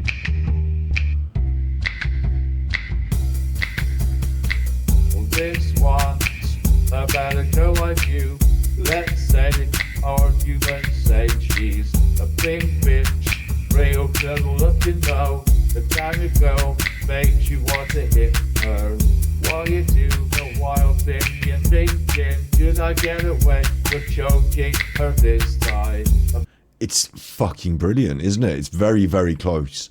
You can hear just on the edges at moments where it's doing a little bit of what I would call, I don't know, in my brain it sounds like a square microphone fuzz, like on the edges, like a bit of coding or I don't know what you'd call it. Like there's probably a term for it, but it feels a bit like, I can tell you what it feels like. It's like square vocal through the like bit on the edges, but otherwise it's very close, isn't it? And of course I'm doing a comedy voice when I do it in an accent, so it's hard to recontextualize that accent. But when he's and this is artificial intelligence, well done. I'm fucking impressed. I'm incredibly impressed. I'll have to play the whole thing through completely without talking through it from the start, because otherwise I won't get a cut of it completely all the way through without talking about it. But I'm quite happy for you to release this into the world if you want. I think it's fucking amazing. I'm so impressed with artificial intelligence these days. I really should get on that and like learn a bit more about it, because you can do so much, can't you? And it's so clever. It's getting incredibly clever. All right, I'm blown away with how clever that is, how well it's done and how clever it is. What are you calling them stupid? Obviously not my song. I mean the artificial intelligence bit of making it sound like Alan.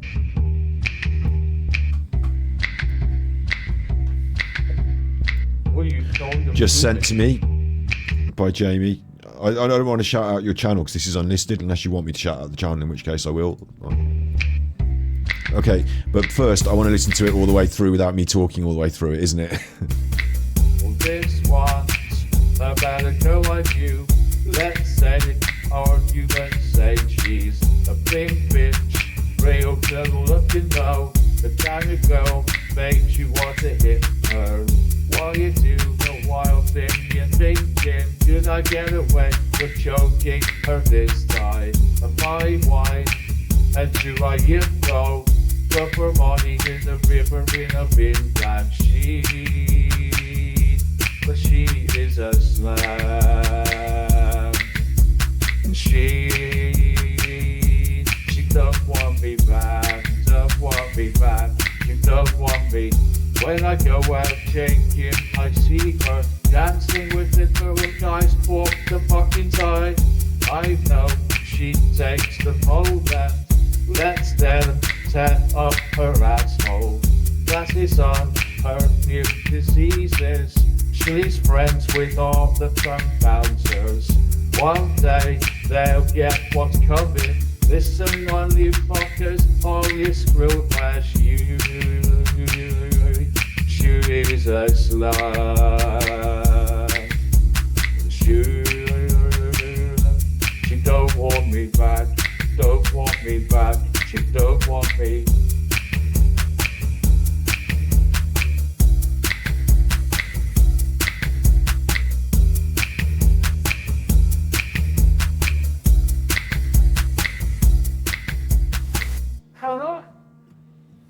I have a feeling we're not in Kansas anymore. It did him doing Dorothy. Oh. Hello? I have a feeling we're not in Kansas anymore. The Boots Beauty Awards. What? Come on. That was brilliant. I have a feeling we're not in Kansas anymore. I can imagine him dressed as Dorothy. Hello? I have a feeling we're not in Kansas anymore. Big ups Kim Saul. That is class. That is. Jamie, if you've got more AI ideas, I'm willing to talk to you about future projects. And maybe even like, you know, pay for your creativity in some ways. I'm sure we could put some of that together in some comedic ways, I'm sure. I just think it's like I should invest in the art of the future, and that's clearly the art of the future. I don't know enough about AI to like, you know, but getting people's voices so they're quite. I think what's nice is that I think at moments, like you said, it couldn't handle because he's got such bad sound. It doesn't have a good read on his voice sometimes. But what's nice about it as well is that there's a point between, like, when it becomes super real and you don't know if it's Alan or not, then like there's actually a nice thing knowing that it's not actually Alan, that we're having a laugh because we've made him sound stupid rather than he's just done something stupid and you're like, what? Like, it's kind of like comforting in a way to know how good it is, and it's just on the edge of being exactly perfect. But yeah, like there must be, like, you think Alan's going to lose his shit when he hears it? Yeah, we should definitely make a music video of it with all pictures of Scarlett. Like he's done it about his own daughter. My daughter. We could call it My Daughter. Fuck you, Super Chuffer. I'm keeping my daughter. She's Daddy's girl. Me and Daddy's girl forever. Daddy's girl and the arm dick.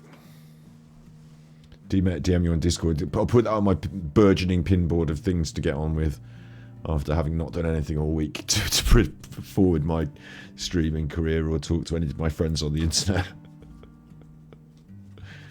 I feel a bit rough now as I'm speaking because it's late and this hot computer's making this room hot. But yeah, that goes on the list. Was there something else we were going to do tonight? Oh, Dolly's wanted to see about a bit of Bob Hickman. I could do general not to watch all evening, like forever, I suppose, but Bob Hickman was on the list, wasn't he? Thank God Alan did. I've got Alan's patrons in the background, haven't I? Thank you in the background for the people that keep giving me Alan's patrons. We should do an episode on that next week. Again, there's a bit 50-50 in that. Some of the moments are fucking awful, and some of them are absolutely class. Let's hear a bit more of this again. Well, this one's about a girl like you. Let's say argument say she's a big bitch, real devil looking though. The kind of girl makes you want to hit her. Is it, like, in some ways, it like this feels weird, right? Because this song feels like Alan would actually sing it. Like, this is the sort of character that I wrote the song in the voice of, although a much younger version. Like, imagine Alan when he was like 16. Like, that's the voice of this song. Someone who wishes they're, like, you know, going out with this girl, but instead this girl's out on the town with all the, you know, that, and he can't get anywhere near it. Like, I didn't have this awful experience when I was, like, someone in the comments of that video, like, that I uploaded to Sentry, someone said, Scott, you must have had a terrible breakup, and I hope the girl that did this to you, or whatever. I was like, this isn't about a particular girl that I know. This is about a concept, and it wasn't my lived experience.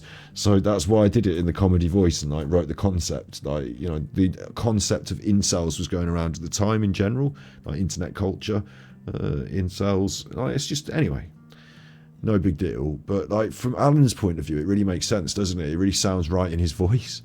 Like, it really sounds. And then what I think's even more special about it is that I wrote it years and years ago without any prior knowledge of any of this bollocks.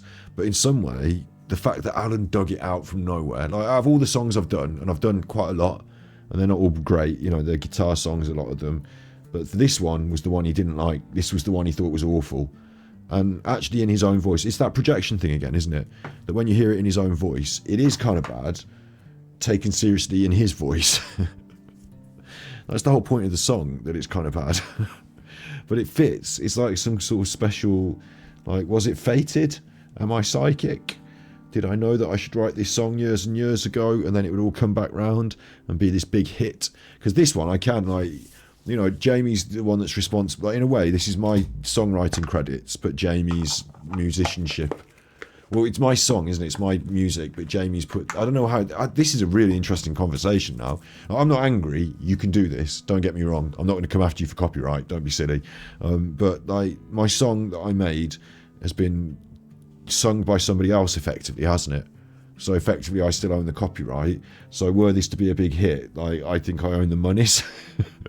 It's not going to go... This is, like, bear in mind, this is not going to be number one, and it's not going to be... I'm not Lady Gaga on the next weekend on the Billboard chart.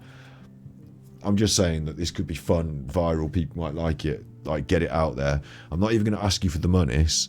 I think if you made money on it on YouTube, keep the money, like, you know, enjoy yourself with that money, well done. But really, it's my song that, like, you know,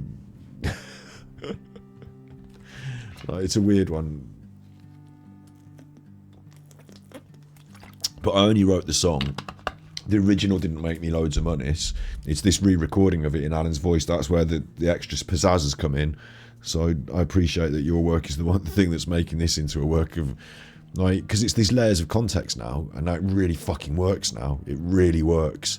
While you do the wild thing, you're thinking, should I get away with choking her this time? Of my wife, and do I go?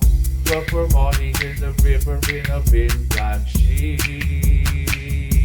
But she is a slam. She don't want me back, don't want me back, she don't want me. When I go out drinking, I see her dancing with little guys, walk the fucking side. That sounds just like Alan. I know she takes the moment, lets them tear up her asshole. That is on her new diseases. She's friends with all the There was a little slip there, wasn't there? But bouncers. One day they'll get what's coming. that's Alan. I've written a song for Alan, and now he's singing it, and it's just incredible.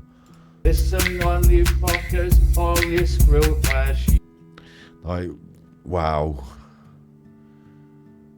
Like, it feels like it's meant to be. I don't know, like, it's so niche now. This is getting beyond it. Like, you know, I was thinking, like, this can't go viral, can it? Because, like, for this to make, like, if anyone on the internet knew that, you know, just tunes in, like, imagine, because we're on Twitch now, it's an open forum, someone just tunes in, and I'm, like, sat here going, wow. They're going to be like, what do you mean, wow? The song's not that good. This man's not that good a singer. The song's not even that good. It's not that fun. You know, what do you mean, wow? And I'll be like, yeah, but this is Alan. Like, who's Alan? Yeah, and why is this... Okay, now I understand who Alan is. Why does it matter that he's singing this song? Well, he doesn't like Super Chuffer. Who's Super Chuffer? Me. And then I wrote this song, like, years ago when I was, like... I mean, I was university age, probably, like, younger than 20 for sure. Younger than 20. Between 16 and... I opened the account thing, like, on, like, when I was 16 or whatever. Like, the photograph in the thumbnail in the thing is me when I was 16 or 17. Anyway, like, long time ago I wrote this song. Alan's dug it out. Like, anyway... It's hard for it to go viral. But it really works in Alan's voice. It's really, really good in Alan's voice. Yeah, so I'm quite prepared to reveal your channel if you want. I don't know if you are hiding it because it's undisclosed, it's unlisted. So I don't know if you are hiding it or you want me to share it. Like, so if you just let me know on that, I'll either share it or I won't. Like, obviously I'm sharing this, but I want, you know, showing the channel name and all that. Like, you'll have to tell me if you want me to do that. I don't want to accidentally dox you or what have you. But if you want a shout out, you can have one as well. So you just have to let me know what you think is most appropriate here. Not being told, so I'll just leave that on the back burner. You can always have a shout out another time when it's more of an audience. Instead of 1:10 at night on Twitch. You're posting them on Discord. Alright, that's fine then, yeah.